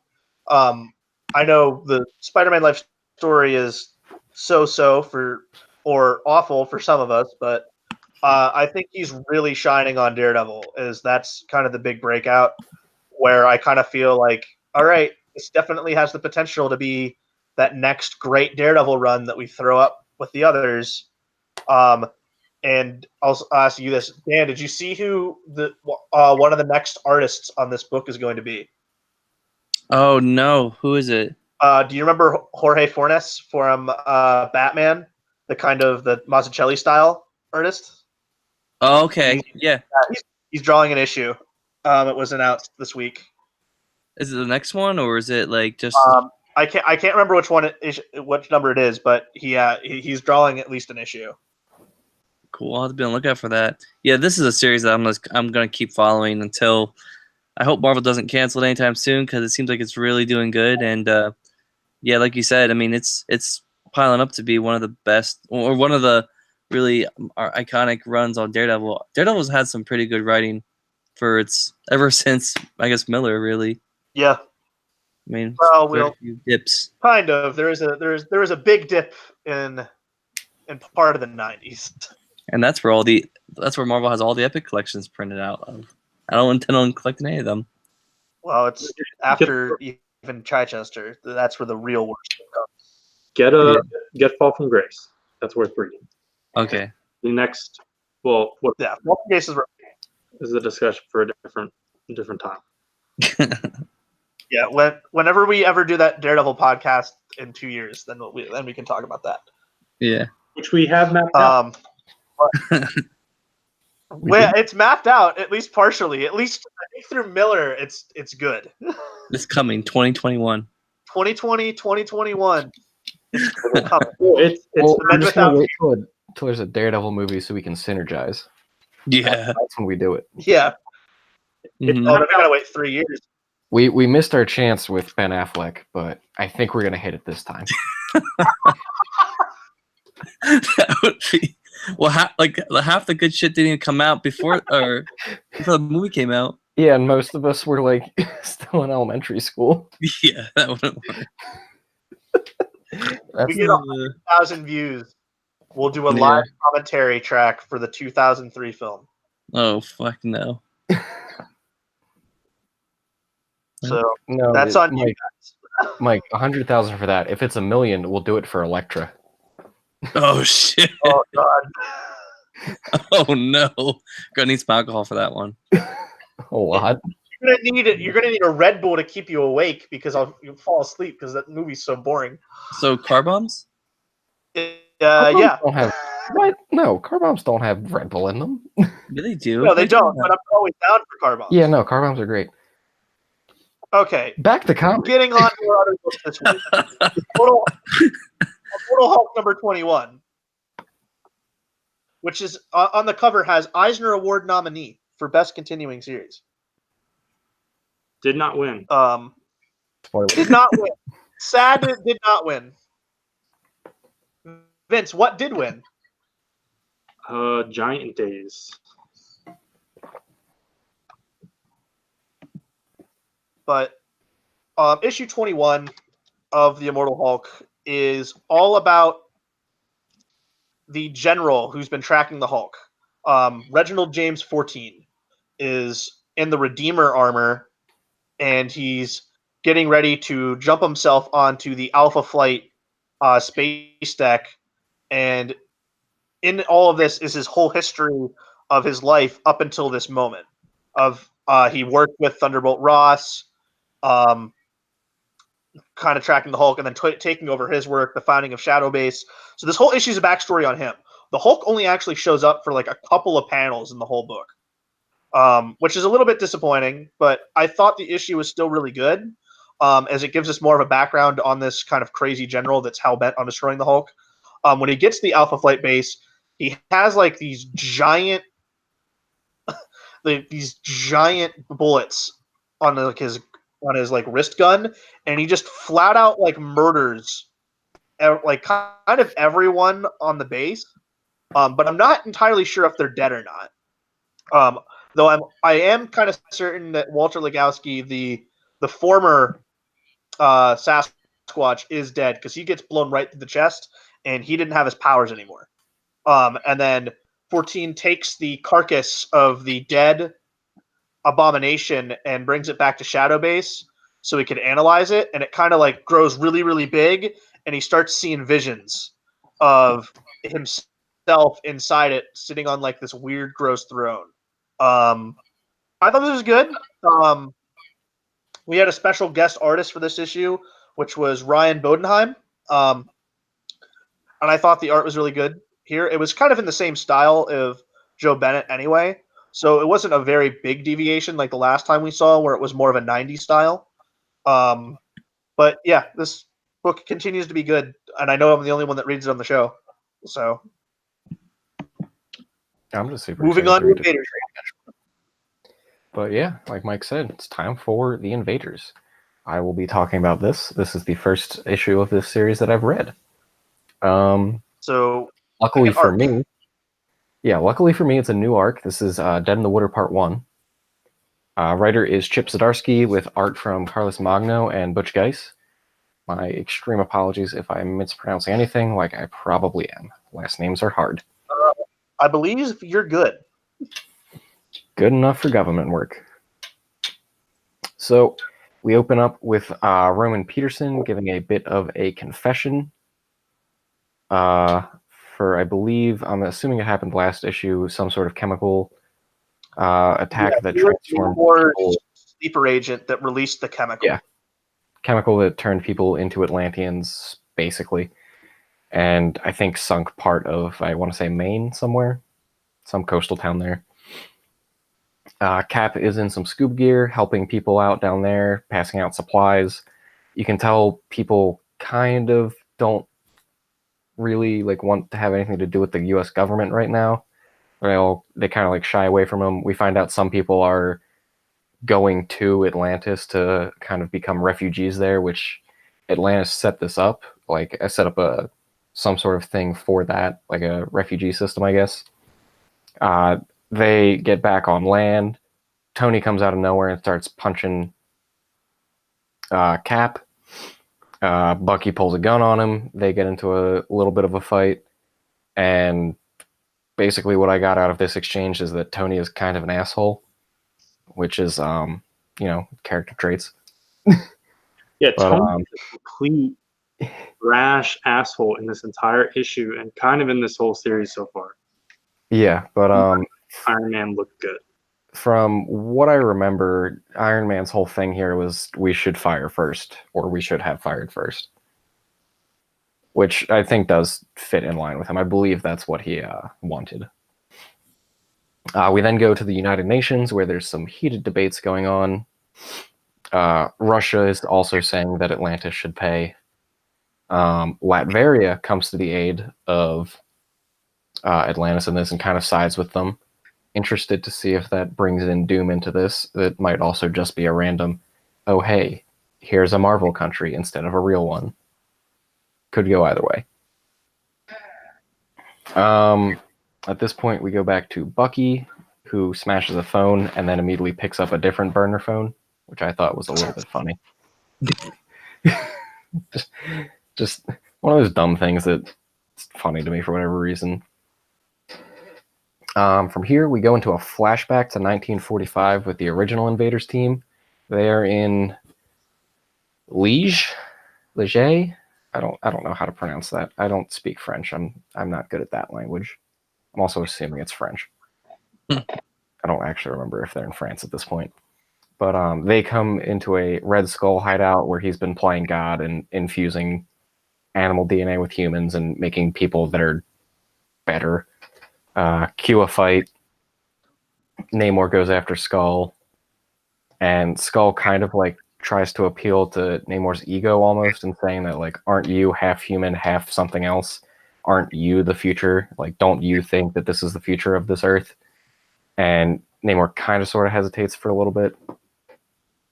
And then we flash back to the present in Atlantis, where Namor is talking to Machan, something like that, who I'm assuming is some sort of advisor. Yeah. We don't fully know if this guy's in his head or not yet. I think that's my theory, is that this guy doesn't actually exist, but it's a manifestation of Namor's subconscious. I could see that now you mention that, actually. But we find out that Atlantis did another strike on humans with their chemical turn you into Atlantean technology that had 0 casualties and like actually went unnoticed, and they did it in Russia, I believe. And Namor kind of freaks out because he thought Machan, whatever the hell his name is, wasn't going to do anything like without his consent. And then he kind of says, like, don't you remember? Like, you did. Consent is a good thing. Yeah. And basically, like, Namor maybe has amnesia, but maybe doesn't. But it's one of those things where now that Mike said, like, maybe this guy's in his head, where it actually kind of does make sense. But right. Yep. So from here, we go back to Tony Stark, who is fixing up Jim Hammond, the original Human Torch, and Jim's just being silent. Tony gets called down to the lobby because there is someone who is registered as superhuman and is demanding to talk with Tony. We find out it is Tom Raymond, aka Toro, who is pissed at Tony for what he's done to Jim and bringing him back into the superhero life or whatever, which at this point Jim Hammond comes out in a new, very Iron Man inspired body, which I personally don't like, but that's just me. And he says he wants Namor. We then cut back to the flashback to 1945, fighting some monsters and stuff. Namor wants to kill Skull. Obviously, Cap and the rest of them don't want him to do that because he has to, stand trial. Basically, if you kill him, you're as bad as he is. Yada yada yada. Things you've probably heard a lot. We then go back to Namor in Atlantis, where a certain expedition was a success, and he now has the Serpent Crown. And that is the end of this issue. Yeah, I'm hoping the Torch body is temporary, but like he has his logo on it and everything already.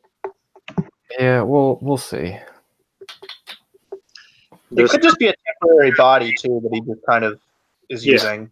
That's what I'm saying. I'm hoping it's that rather than here's a new design for the Human Torch. Serpent Crown. Go ahead. No, go ahead. I mean, the Serpent Crown goes back to like Silver Age Namor, and then has been involved in various stories with the Avengers, and there's a Marvel 2-in-1 arc, and the infamous Atlantis attacks. But that's like, a huge level item in the Marvel universe, and that'll throw a big wrench into this. I think Mike's theory is plausible. Especially for the fact that we never see I'm just gonna call him Macon. We never see Macon actually touch the box or hand him the Serpent Crown. Only Namor touches it. I don't remember if he interacts with other people. I think he does, but because at first it's like hinted like, oh, Namor, you forgot that you authorized this mission, but then later it's like Macon authorized it himself behind Namor's back. But then if he has this multiple personality thing, then that both of those can be true essentially. Mm-hmm. That's definitely possible. So you could go either ways with this, where it's like Namor continued mental issues, multiple personality thing, which kind of flows from the John Byrne, like too much time in the water or too much time out of the water makes him kind of go bipolar, and that explains all of his villain flip-flopping. Or you could go in the direction of Macon is working behind his back, and that'll be the catalyst for Namor to eventually break down and figure out, oh yeah, I'm kind of fucking things up. Let me go try and offer an olive branch to Cap and Bucky and Hammond, and then he'll help them, and then it'll be an actual Invaders book, and they'll, figure out that Atlantis, certain people like Macon and then Roman are kind of manipulating Namor. They could go that direction, which would be the direction to go if you want to redeem Namor within this series. Right. Which I would like, but whatever. I like this series. The still very iffy on the Carlo Magno art. I think it works. I'm used to it. I like it a lot. I think his Captain America is damn near perfect. Well, when he draws him in costume, but like not like the water armor, obviously, like the regular costume. I mean, the standout sequences are the Geis throwbacks. Agreed. Yep. Still, but yeah, I'm still enjoying this a lot. I like all these characters. Like, I'm learning to like Namor more, though I'm still not the biggest Namor fan. But I like all these other people. He's sort of in character, but you should acknowledge that this is not typical heroic Namor. Oh no, it's not. I know that. But I've never been the biggest Namor fan, so you're lost. That's fine. I haven't lost any sleep over it. So I'm guessing that you're not getting the John Byrne Namor omnibus coming out soon. No, I'll buy Vince's old volumes when he upgrades. No, those volumes are print, aren't they? To some extent. I'll talk to Mike about that later. So next is Silver Surfer. Silver Surfer Black, number 2 by Donny Cates, Trad Moore, and Dave Stewart. So kind of picking up off of the last issue, I guess just taking care of some stuff from the most recent Guardians run. Silver Surfer ends up on a planet with the Venom symbiote King, and we open up with I think a flashback of the Silver Surfer with Galactus, and I guess they're attacking the symbiote planet, and then we pan to the Silver Surfer just kind of reflecting on this planet, picking up some of this symbiote stuff and kind of looking at it, and suddenly being attacked and swallowed by it, and like I said before, would say I can't tell where the flashback ends. The flashback ends when he's flying away from the planet. There's a caption that says now the dawn of time where he's fighting Null, and he has the black Yeah. hair. Okay. Because he gets out of it at the end of it, so like he ends up escaping.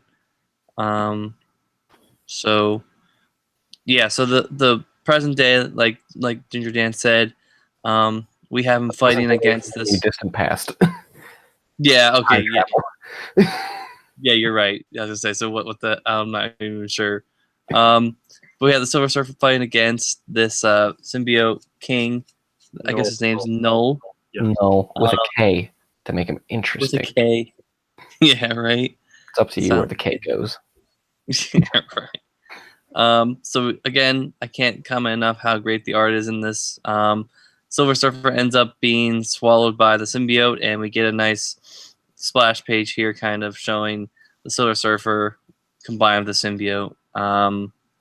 So, this king, or it looks like a queen, to be honest. It looks more feminine than male, but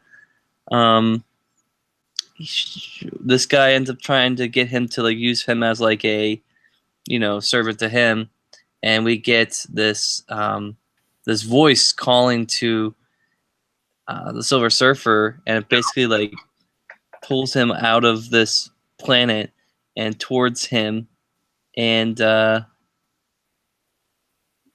that's pretty much what happens. He ends up getting shot out of that planet, escaping, and then this Null guy ends up telling his three acolytes, I think that's what they're called, that they're going to go after. What'd you say? That's what they call him, or that's what he calls Yeah, them. that they're going to go after Silver Surfer for escaping.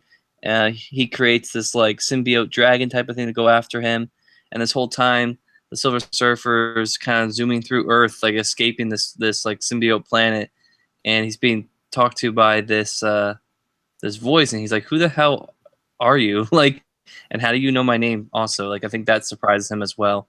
And at the very end of this issue, we find out that the voice is actually Ego, the living planet. And at the end, he says, "Shall we kill a god?" So I'm assuming that Ego's going to help Silver Surfer take down this Venom symbiote.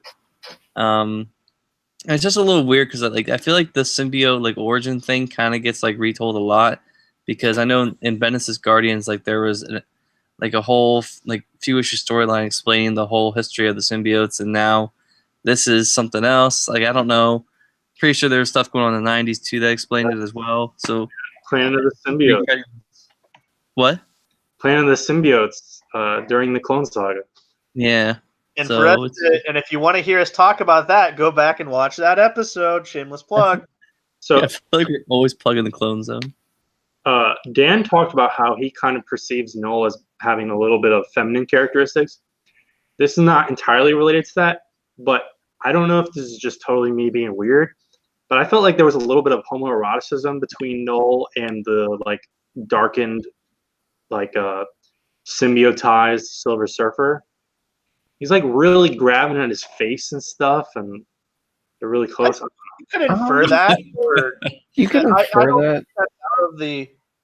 I don't think that's out of the realm of possibility. I think Null is very kind of eccentric. He kind of reminds me a lot of him from the Powerpuff Girls. Yeah, and the symbiotize Silver Surfer or whatever is affecting him is kind of weird too. It's almost like an HR Giger kind of aesthetic. Yeah. It kind of looks like a xenomorph from the side. A little bit of xenomorph, and also as far as the feminine characters, if I remember correctly, they give once he goes through this transformation, Norrin kind of has some hips on him. And then I was so confused on. I thought the pace, like I think there needed to be more captions in this, or I needed to pay more attention, because I honestly thought like almost all this issue was flashback, and then at the very end when Ego, for like the first like 3 balloons, I thought it was gonna be Galactus. Either Galactus, or I thought it was going to be like Eternity or something. Was that it? No. Yeah. But and then that Ego page is beautiful. Mm. That The whole book is that ego beautiful. yeah, I want like that needs to be a poster. Like Yeah, that's just it's sick. breathtaking. Mm-hmm. And when Norin just like rips through the dragon, like exploding it along the way. It's not a full double page spread. It's like a double page half page. That's a really great panel. Some I mean, Trad Moore art is amazing. Yep. And I guess I mean the Null connection connects to Venom and everything, but I noticed in the end of this issue, I can't recall if they had this for the first issue, but they have like a next in Cosmic page essentially where they're advertising the next issue of this, but also the next issue of Guardians of the Galaxy, also by Donny Cates, and the next issue of Thanos, which is a flashback miniseries. But whatever, I think Marvel is moving towards trying to buff up their kind of cosmic corner. Yeah. Especially with the announcement at San Diego this week with we're getting more Annihilation in some sort of capacity. Yeah, something like that. The one thing I'd like to add, or well, two things I want to add to Silver Surfer Black. I did not read the first issue. I did not feel like I missed anything because I feel like this book and like the quick little blurb at the very beginning did a very good job of bringing me up to speed right away. So Yeah. I definitely appreciated that. Also, the lettering on this is really great. Like, I didn't notice until I was looking back through it now, but like everyone has their own speech bubbles, which isn't hard to do when you have like 3 characters and a narrator. But it's just really good. Egos particularly looks good because it's just like it almost looks like a perfect circle, but then you get some like squiggles in it, and just like so many different colors coming in and out of it. It's really cool. So shout out to the letterer. I believe it's Clayton Cowles. Yeah, that's true. Letters are important. You know, great lettering is a thing that you can kind of not see, like I just admitted, but like once you notice it, it really heightens the book. Well, it just makes everything a lot more legible too. Like when you're reading the book, you're like, oh, okay, I know who's speaking and everything. Mhm. So definitely. You know All what right. book is heightened? There's your segue. There we go. That's my segue.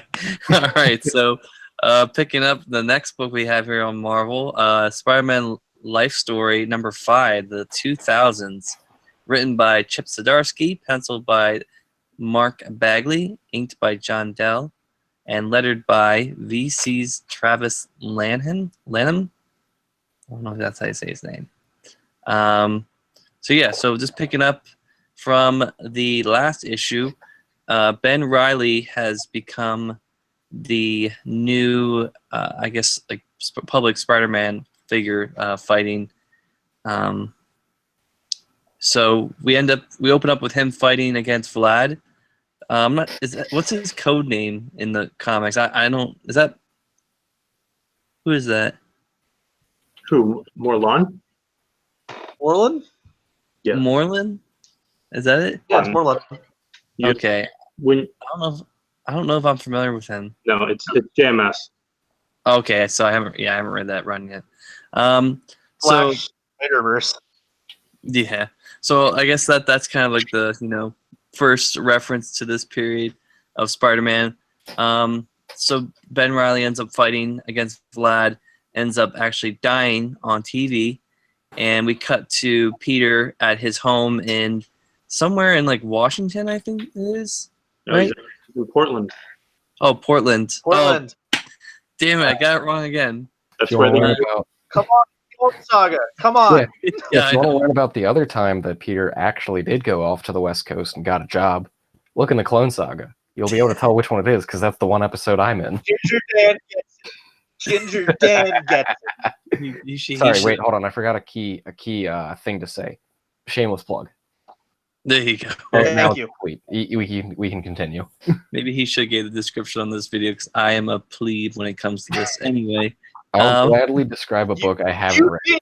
You need to do 70 episodes on the Clone Saga. I know I did. I'm not worthy. So anyway, so we open up to Peter talking to his daughter, Claire, about going to college, and she's like, "I don't want to go to college." And then we have his son come out. What is his son's name? Benjamin. Oh, of course. Benjamin come out and say, "You gotta come look at the TV screen." How the hell did I not know that? You God can take damn a it. shot in the dark and get that right, Dan. I know. What's he gonna Anyway, ask? Did you read the book? I did read the book. I forgot. Anyway, so Take notes, sir. You're making us look bad. I've said it twice now for comedic effect. I know. Is anyone really even listening at this point in the video? How anyway. you are. Yeah. So we open up to seeing that Ben Riley's dead, and Peter's like, "I need to go over there and see what's going on," and he's kind of tossing around like the idea of being Spider-Man again because he kind of handed off to Ben to take care of, and he just wanted to kind of retire and fade off into the sunset.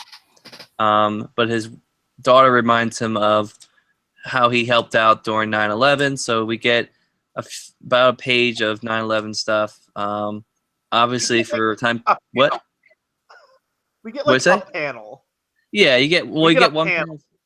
Yeah, you get a panel of him holding up the World Trade Center, and then another half page of him. In here. So the reason he was in New York, it's implied that 9/11 just coincidentally happened within like a few days of J. Jonah Jameson's funeral, because Peter was in New York for Jonah's funeral when I guess 9/11 happened, so he just helped out.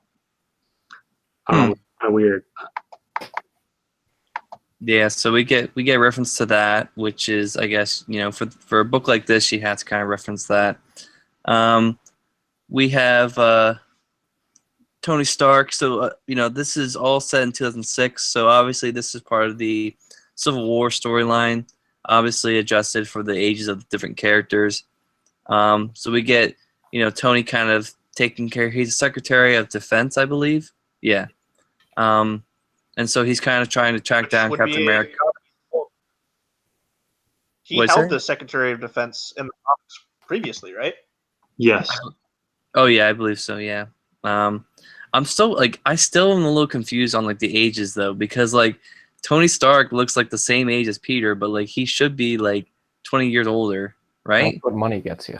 Money gets you. Yes. Apparently, he never gets a gray hair, but Peter has gray hairs out the ass. Just use Anyway. Well, he's done. Yeah, I guess. So, anyway, Tony's up to his no good, trying to hunt down Captain America and the rest of those guys that aren't registering. And Daredevil got captured, which is worth noting because it's Zdarsky. And they make a joke about how his secret identity is a joke. Oh, that's right. Yep. Does he wear an "I'm not Daredevil" shirt to the trial? Because he should. No. They point out. Oh no, I was just making a dumb joke. Yeah. They say, oh, and by the way, he's a blind civil rights lawyer. And Tony's like, wow, that's going to be great when it comes out in the press. Oh, that's right. Because they'll be like, oh, then they're trying to, yeah. That kind of reminds me of Brubaker's run with when he got put in jail, and they're like, we can't put him into general public because he's blind. Anyway, so cut to Peter kind of walking right up to Parker Industries, where he's met by Tony, and Tony's like, look, you see what's happening with the Superhuman Registration Act. I need you to register. And Pete's like, over my dead body. And then we get a shot of all the registered heroes showing up in all of their Iron Man suits, apparently, because that's how the Superhuman Registration Act went in this timeline.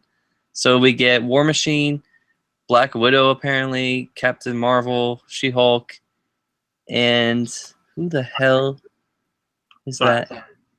Who's that? Iron Fist. Oh, it is Iron Fist. Okay, that's what I thought. Does Carol Danvers have a beard? Or some sort of chin strap or something, maybe. There's some weird art going on there. I like Yeah, the this idea is of putting Captain Marvel in an Iron Man suit because that would actively make her less powerful. yeah. I was gonna say that would Like, probably. Yeah, just the idea of it's so funny. yeah, some of that I don't understand. Yeah, this is definitely not Ultimate Spider-Man Mark Bagley art for sure. But yeah. So as Peter's in New York talking about Parker Industries, MJ and the two kids are at home where they're attacked by Vlad and Calling him Vlad still. His name is Morlun.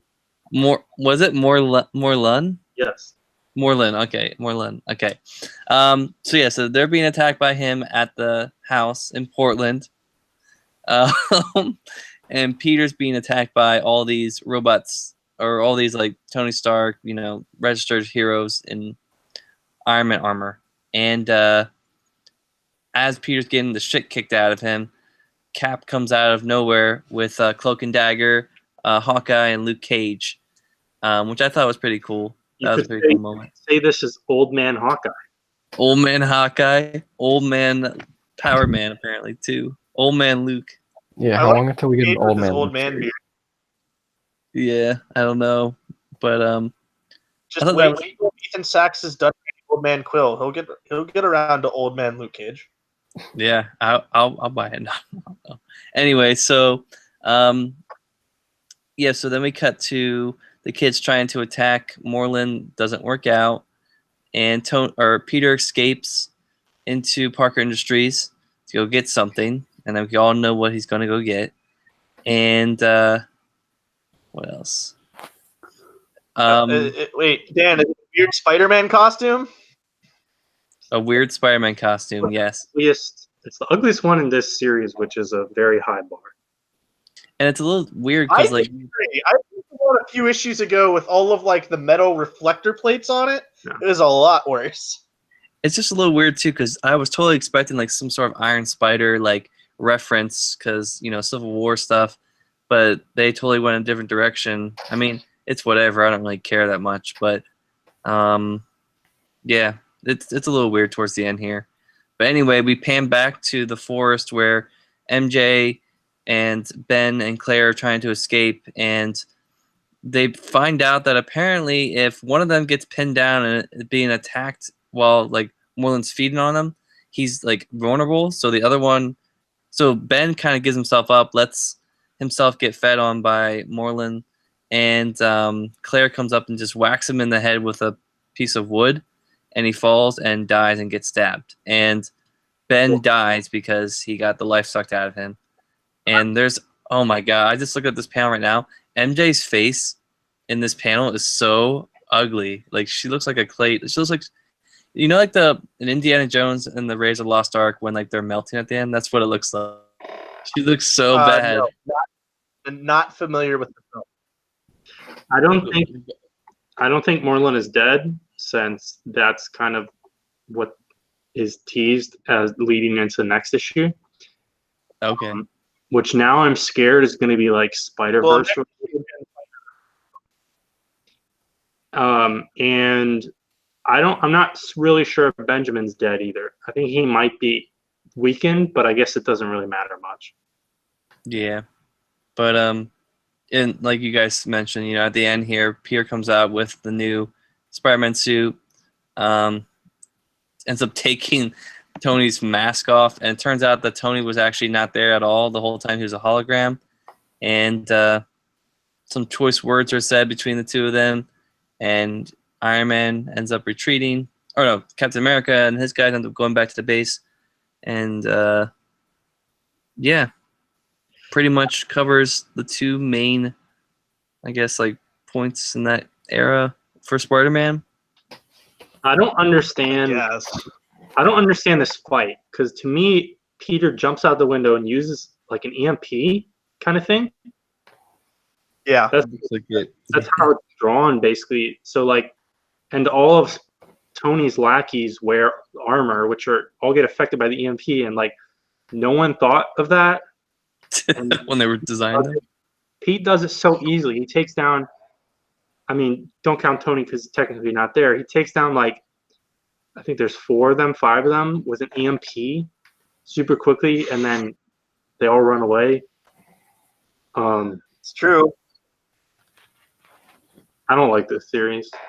It's like completely not what I was really expecting, because I was expecting here is a super compressed one issue in each decade, but like we're gonna follow like a normal Peter Parker story arc where he's gonna be married to Mary Jane, they're gonna be happy, they're gonna have Mayday, maybe the kid would actually be called Mayday, maybe they would be Spider-Girl, stuff like that, but like this like ultra asshole like Iron Man who like hates Peter Parker, and then like he got in the fight with Reed Richards earlier, who's an asshole and like abandoned the Fantastic Four or vice versa, and like Sue is like married to Namor in this continuity.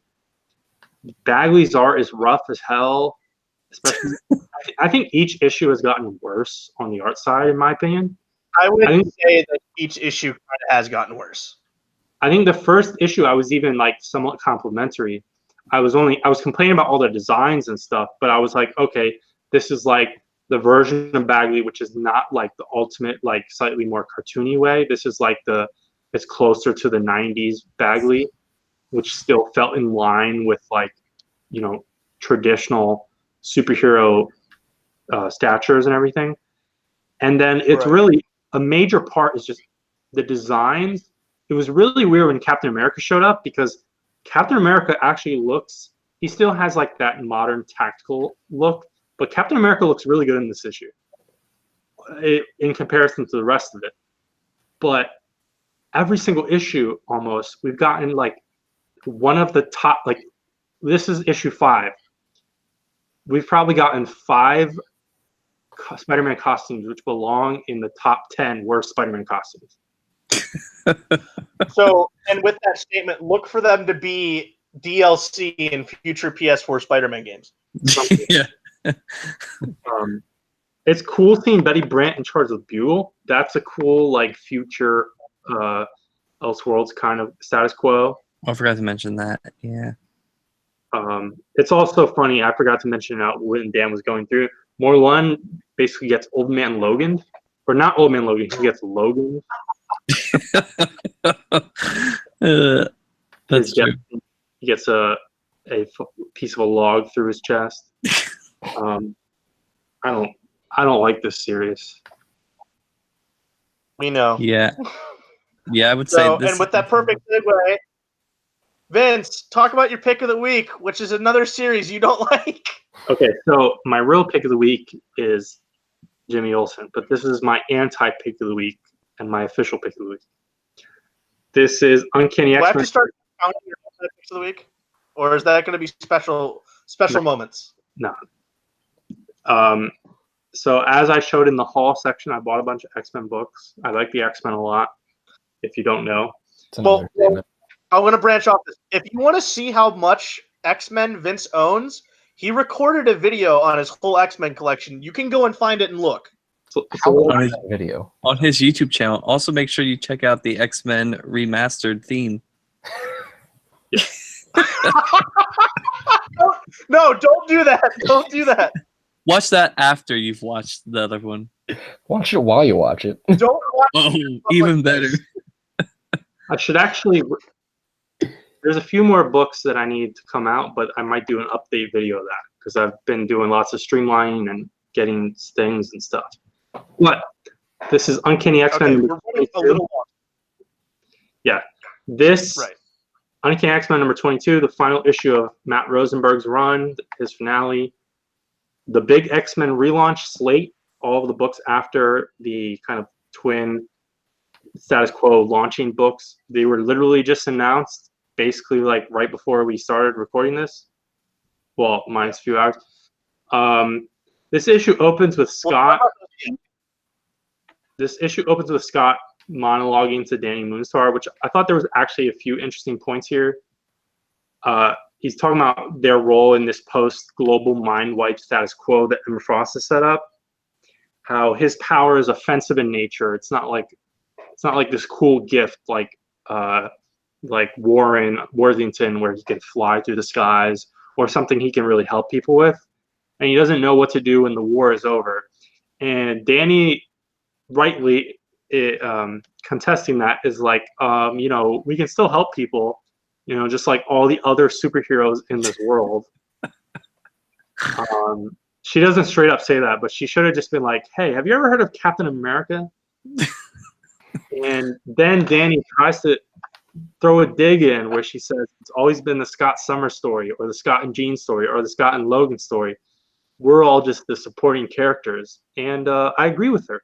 And this is X-Men is the Scott Summers story. It has been since 1963. Here's the thing about that quote I want to talk about. So that quote is basically there for like, hey, maybe take some of these other characters and throw the spotlight for them. But that's not going to happen, as the new X-Men book is going to be the most Summers-centric thing we've ever seen in the lineup. And then where's Danny Moonstar? Over in a New Mutants book for like the billionth time. Yeah. So I just found out. I mean, it's up two sides because also, as an X-Men completist, as someone who reads X-Men in pretty much every era, I do like tons of these characters. Danny Moonstar is an amazing character. But X-Men is, in my opinion, the story of Scott Summers. And then just coincidentally, the X-Men franchise was at one of its lowest points when the three stated characters, Scott, Jean, and Logan, were all off the board. So now we finally have all three of them back, for better or worse.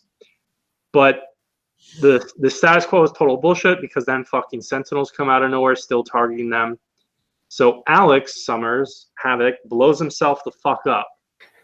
Like, out of fucking nowhere, too. It's like a kind of cool... It's a kind of cool, totally over-the-top splash page. But he's dead now. It turns out that Callahan... Vince, I don't think we're ever going to see him again. Yeah. Definitely not. Callahan somehow avoided Emma's wipe because he was wearing his own Cerebro, I guess. And then I didn't even totally realize that this happened on panel until someone references it 2 pages later. Fabian Cortez just gets literally fried by the Sentinel. Yeah, no, I saw that and read that, and I had to go back 2 panels and like, is that what they're talking about, or is that Warlock's just like jumping out of the beam afterwards? I honestly couldn't tell, and until you confirmed that for me, I was just like, I guess this person died off panel or some shit. Yeah, because I thought it was Warlock as well, because then Warlock is like on the ground, like injured almost later. Yeah. So Warlock gets Warlock like connects with the Sentinels to try and stop them, which doesn't do anything. But then they mind wipe Warlock, which shuts down the Sentinels, but then it's totally pointless because they're right back up. Yeah, no, he like erases mutants from the Sentinels' like brains, if you will. But then Callahan just says like, all right, ignore that. Just target the people I say, because he still sees them. So yeah, it was useless. And Jamie, so their plan is that they have to now kill Callahan, which then doesn't really shut down the Sentinels, but if Callahan escapes, then mutants as a whole are fucked. So Wolverine is going to kill him because that's what they haul out Wolverine to do. And to get him there, Jamie makes a bajillion dupes to just provide a sea of cover for Wolverine. And Wolverine accomplishes it, and Callahan like dies like mostly off panel. Like you don't really see much. Yeah, and it, like to me, it's like almost implied that like Scott does it too. Like the panel like sequencing and stuff. Like I couldn't wrap my head around it. And there's a quick throwaway line where it's like, "Hey, is the Prime dupe out there?" And it's like, "No, every single dupe, every version of Jamie across the world is dead." Which we already had that explanation. Oh, every dupe is dead. The Prime dupe's dead.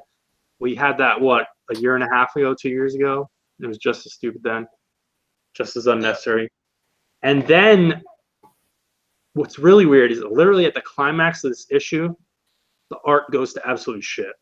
Yeah, it like literally someone hit like a downgrade button. Yeah, and I think it's like David Messina or anything. I'm not going to shit talk David Messina.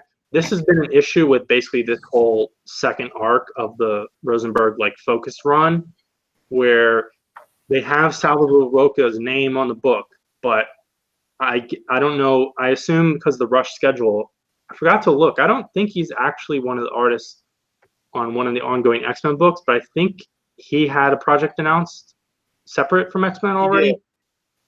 I don't remember what it is, Yeah. but I forget what it is also. I assume based on the scheduling, just to get this book finished and the next phase ready, and also whatever LaRoche is moving to, and maybe just that, he's not perfect on the monthly.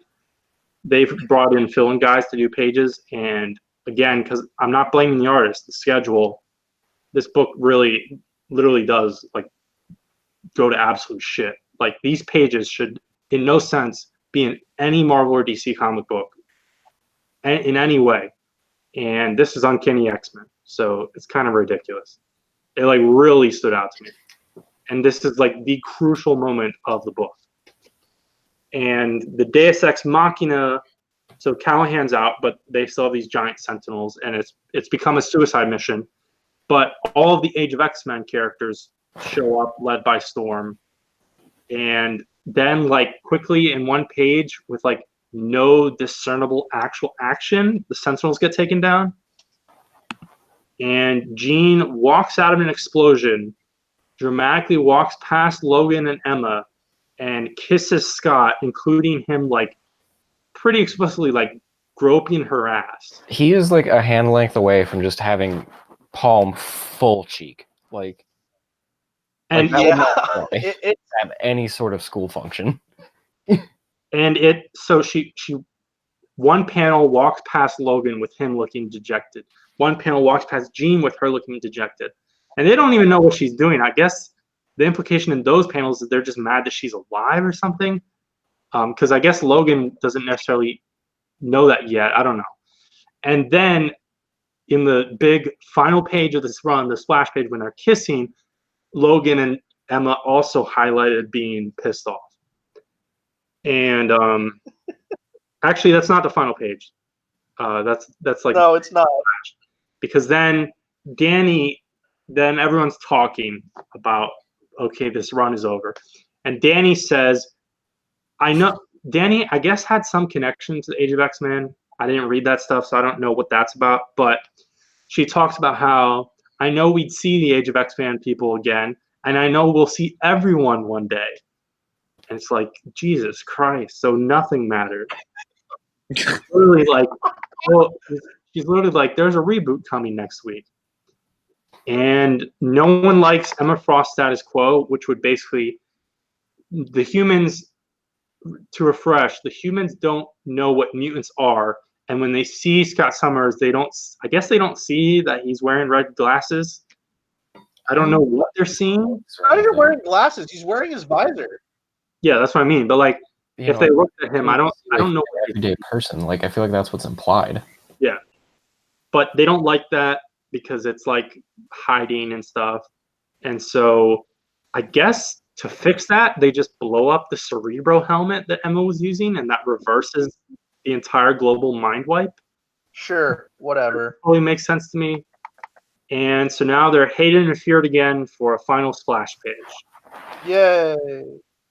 The farewell letter by Rosenberg, it's about him writing, quote unquote, the last X-Men story, referring to both the reboot and the fact that he might not write X-Men ever again. And so this gets to our hotly anticipated section, the death tally. So I'm going to run through chronologically all the characters that died in the Matt Rosenberg issues. And 1 through 10 was co-written with other writers. So it's kind of half counts, but really only one character died in that, and that was Sugar Man, a kind of like B-level New Mutants villain. And then in Rosenberg's actual run, we have in order Blindfold, Strong Guy, Joseph, Wolfsbane, Chamber, Harpoon, Scalp Hunter, Malice, Vertigo, Arclight, Blockbuster. Those past like 6 that's the Marauders. Vanisher, Shinobi Shaw, Dark Beast, Banshee, Triage, Velocidad, Havoc, Madrox, Warlock, Fabian Cortez, Sunspot, which was in the War of the Realms 3-issue tie-in written by Rosenberg, which we didn't read on the show, and Sabretooth also died in that series. So the total count is across 26 issues, and that's counting the 10 that he was co-writing, and only one death happened in those. So basically, from 11 through 22, plus 3 issues of the tie-in and an annual, 24 characters died. Wow. 24 characters across 26 issues. Amazing. And you could really condense that down to 23 characters across 16 issues. Do you have a stat for most deaths in a single issue? I think it's like 3 or so. It was like 3. I mean, it might actually be this. Well, actually, it depends on. You kind of have to put weighting for characters because they killed like 5, 6 Marauders at the same time in an issue, and Chamber also died in that issue. Maybe someone else, but like the Marauders collectively, like I don't think you guys know any of them by name. Maybe Harpoon, but Harpoon or Blockbuster. I mean, this issue was a pretty big count. You had Havoc, Madrox, Warlock, and Fabian Cortez. Not a huge deal. Yeah, I don't know who that is. He's a 90s villain, isn't he? Yeah. Good to know. Part of the Joseph's acolytes, sort of. I don't know. This is weird because I was thinking, so Matt Rosenberg is a huge fan of the X-Men. He's always talked about that. And I was kind of thinking, because the whole concept is people talk about inmates running the asylum in superhero comics, that Roy Thomas was a fan of everything Stan Lee wrote and then got to write it all. And that can sometimes be a bad thing, sometimes be a good thing. There's pluses and minuses. Chris Claremont, I don't know that he was necessarily a big fan of Stan Lee and Jack Kirby's X-Men. I don't think he necessarily was. At least not, sticking out from the rest of Marvel's output. To be fair, though, for Claremont, he was really given a completely new team, though. Yeah. But then when you really think about it, I'm having a hard time like really categorizing which X-Men writers you could really say are inmates running the asylum. Because I wouldn't say Claremont. Lobdell and Nicieza, I'm sure they were fans of the early Claremont stuff, but the gig just kind of fell in their lap because, Claremont dipped. And who? Joss Whedon, maybe? Yeah, Joss Whedon, Mark Guggenheim, and Rosenberg, I think, are the biggest example. Definitely not Morrison. Yeah, Morrison doesn't give a shit. Or if he was a fan, he just did his own thing anyway. Yeah. I imagine Fraction might be like in the middle. I think Gillen was a fan, and Gillen was kind of maybe one of the good examples of inmate running the asylum. But it's maybe Jason Aaron, but like more so, I think he's a Wolverine fan than anything else. Yeah, but I don't know. It is interesting to think because in interviews and stuff, Rosenberg, again, he loves the X-Men, so he was like, it was very painful to kill all these characters, but it's like, you didn't need to do that. You didn't have to. It's entirely pointless, as is acknowledged in the issue, and again, we already literally know from cover images that several of these dead characters are back. Explicitly back. Wolfsbane is back. Chamber is back. I don't know about Banshee. Havoc is back. Warlock is back, sort of. Sunspot is back.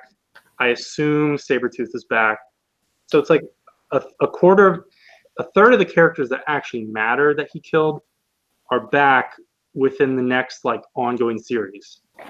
And with that, I'm going to quickly run down the new series. Sure. So we're going to get X-Men. That's going to be Jeff Lemire.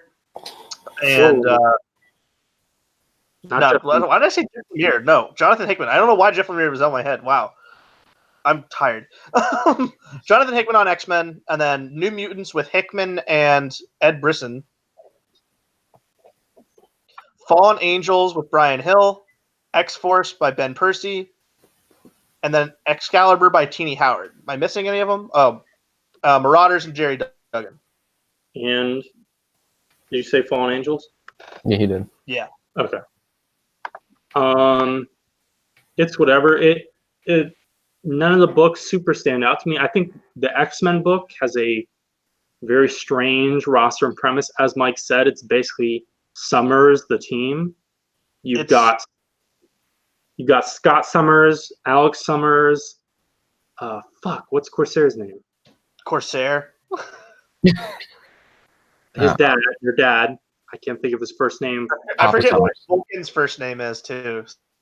So It's Gabriel. Gabriel Summers and Rachel Young Summers Cable. and Nate Summers. I think does he go by Nate? I think he goes by Nathan Summers. And Maybe. And then we have Rachel. Yeah, and then you have Gene and Logan stuffed in for their interplay with Scott. To me, the success of this line, the interest of this line is really to what extent Hickman is actually micromanaging and having oversight over the other books and how closely they're all tied in. Involved with New Mutants. We know that. Also, there's another book which is not part of this slate, but we know is coming. There's I forget what the weird name is. It's called like I think it's Excellent. Excellent, yeah. From Milligan and all that. There's an Statics book. Basically just like Statics. Might just be a miniseries, I think it is, but that is technically part of this, in a way. And you never know when we'll get the Major X sequel. I'm sure Marvel would love to have that. To be totally honest. Right now, Vince, are you going to be reading all of these? Yes. I mean, I'll read every first issue. Okay. I'm probably going to read. I'll read X-Men. Obviously, we're going to read House of X, Powers of X, because that starts next week. I'm going to read X-Men. I'm going to give Excalibur a shot. I don't know if I'm going to read New Mutants, because I don't really care for the New Mutants. I don't care. I think there are 6 of them, 6 books. So if we're lucky, we won't have more than 2 in a week. Yeah. And no solo books so far. So, and everything is being canceled. So there's no Wolverine X-23. Deadpool's that book? Deadpool is getting a new number 1 in October. Okay. Which they haven't formally announced, but like they showed a Mary Jane variant cover for Deadpool number 1. They don't coordinate things very well sometimes. I guess is that our show this week, Vincent? Yeah, basically my conclusion is I think the Matt Rosenberg run on X-Men was a total waste of time. I think it was entirely destructive. And I think in a meta sense, if not, so the actual quality of the issues was generally fine. Well, we started out liking it. Like, we started out liking the series, and then we saw the dips. In a meta sense, as far as how it affects the X-Men, what it did with the X-Men, the death count, all of those kinds of things, to be totally honest, within the main books, this is like bottom 3 runs for me. I still think this is going to be more forgotten than anything because it's sandwiched between this Age of X-Men thing that was definitely more higher profile in terms of marketing, the Hickman reboot, and then before that, it's in the relaunched Colors era. So I honestly think this will just be forgotten. Which you could argue, you could make. I said like this. At least with Chuck Austin, it's remembered as being one of the worst.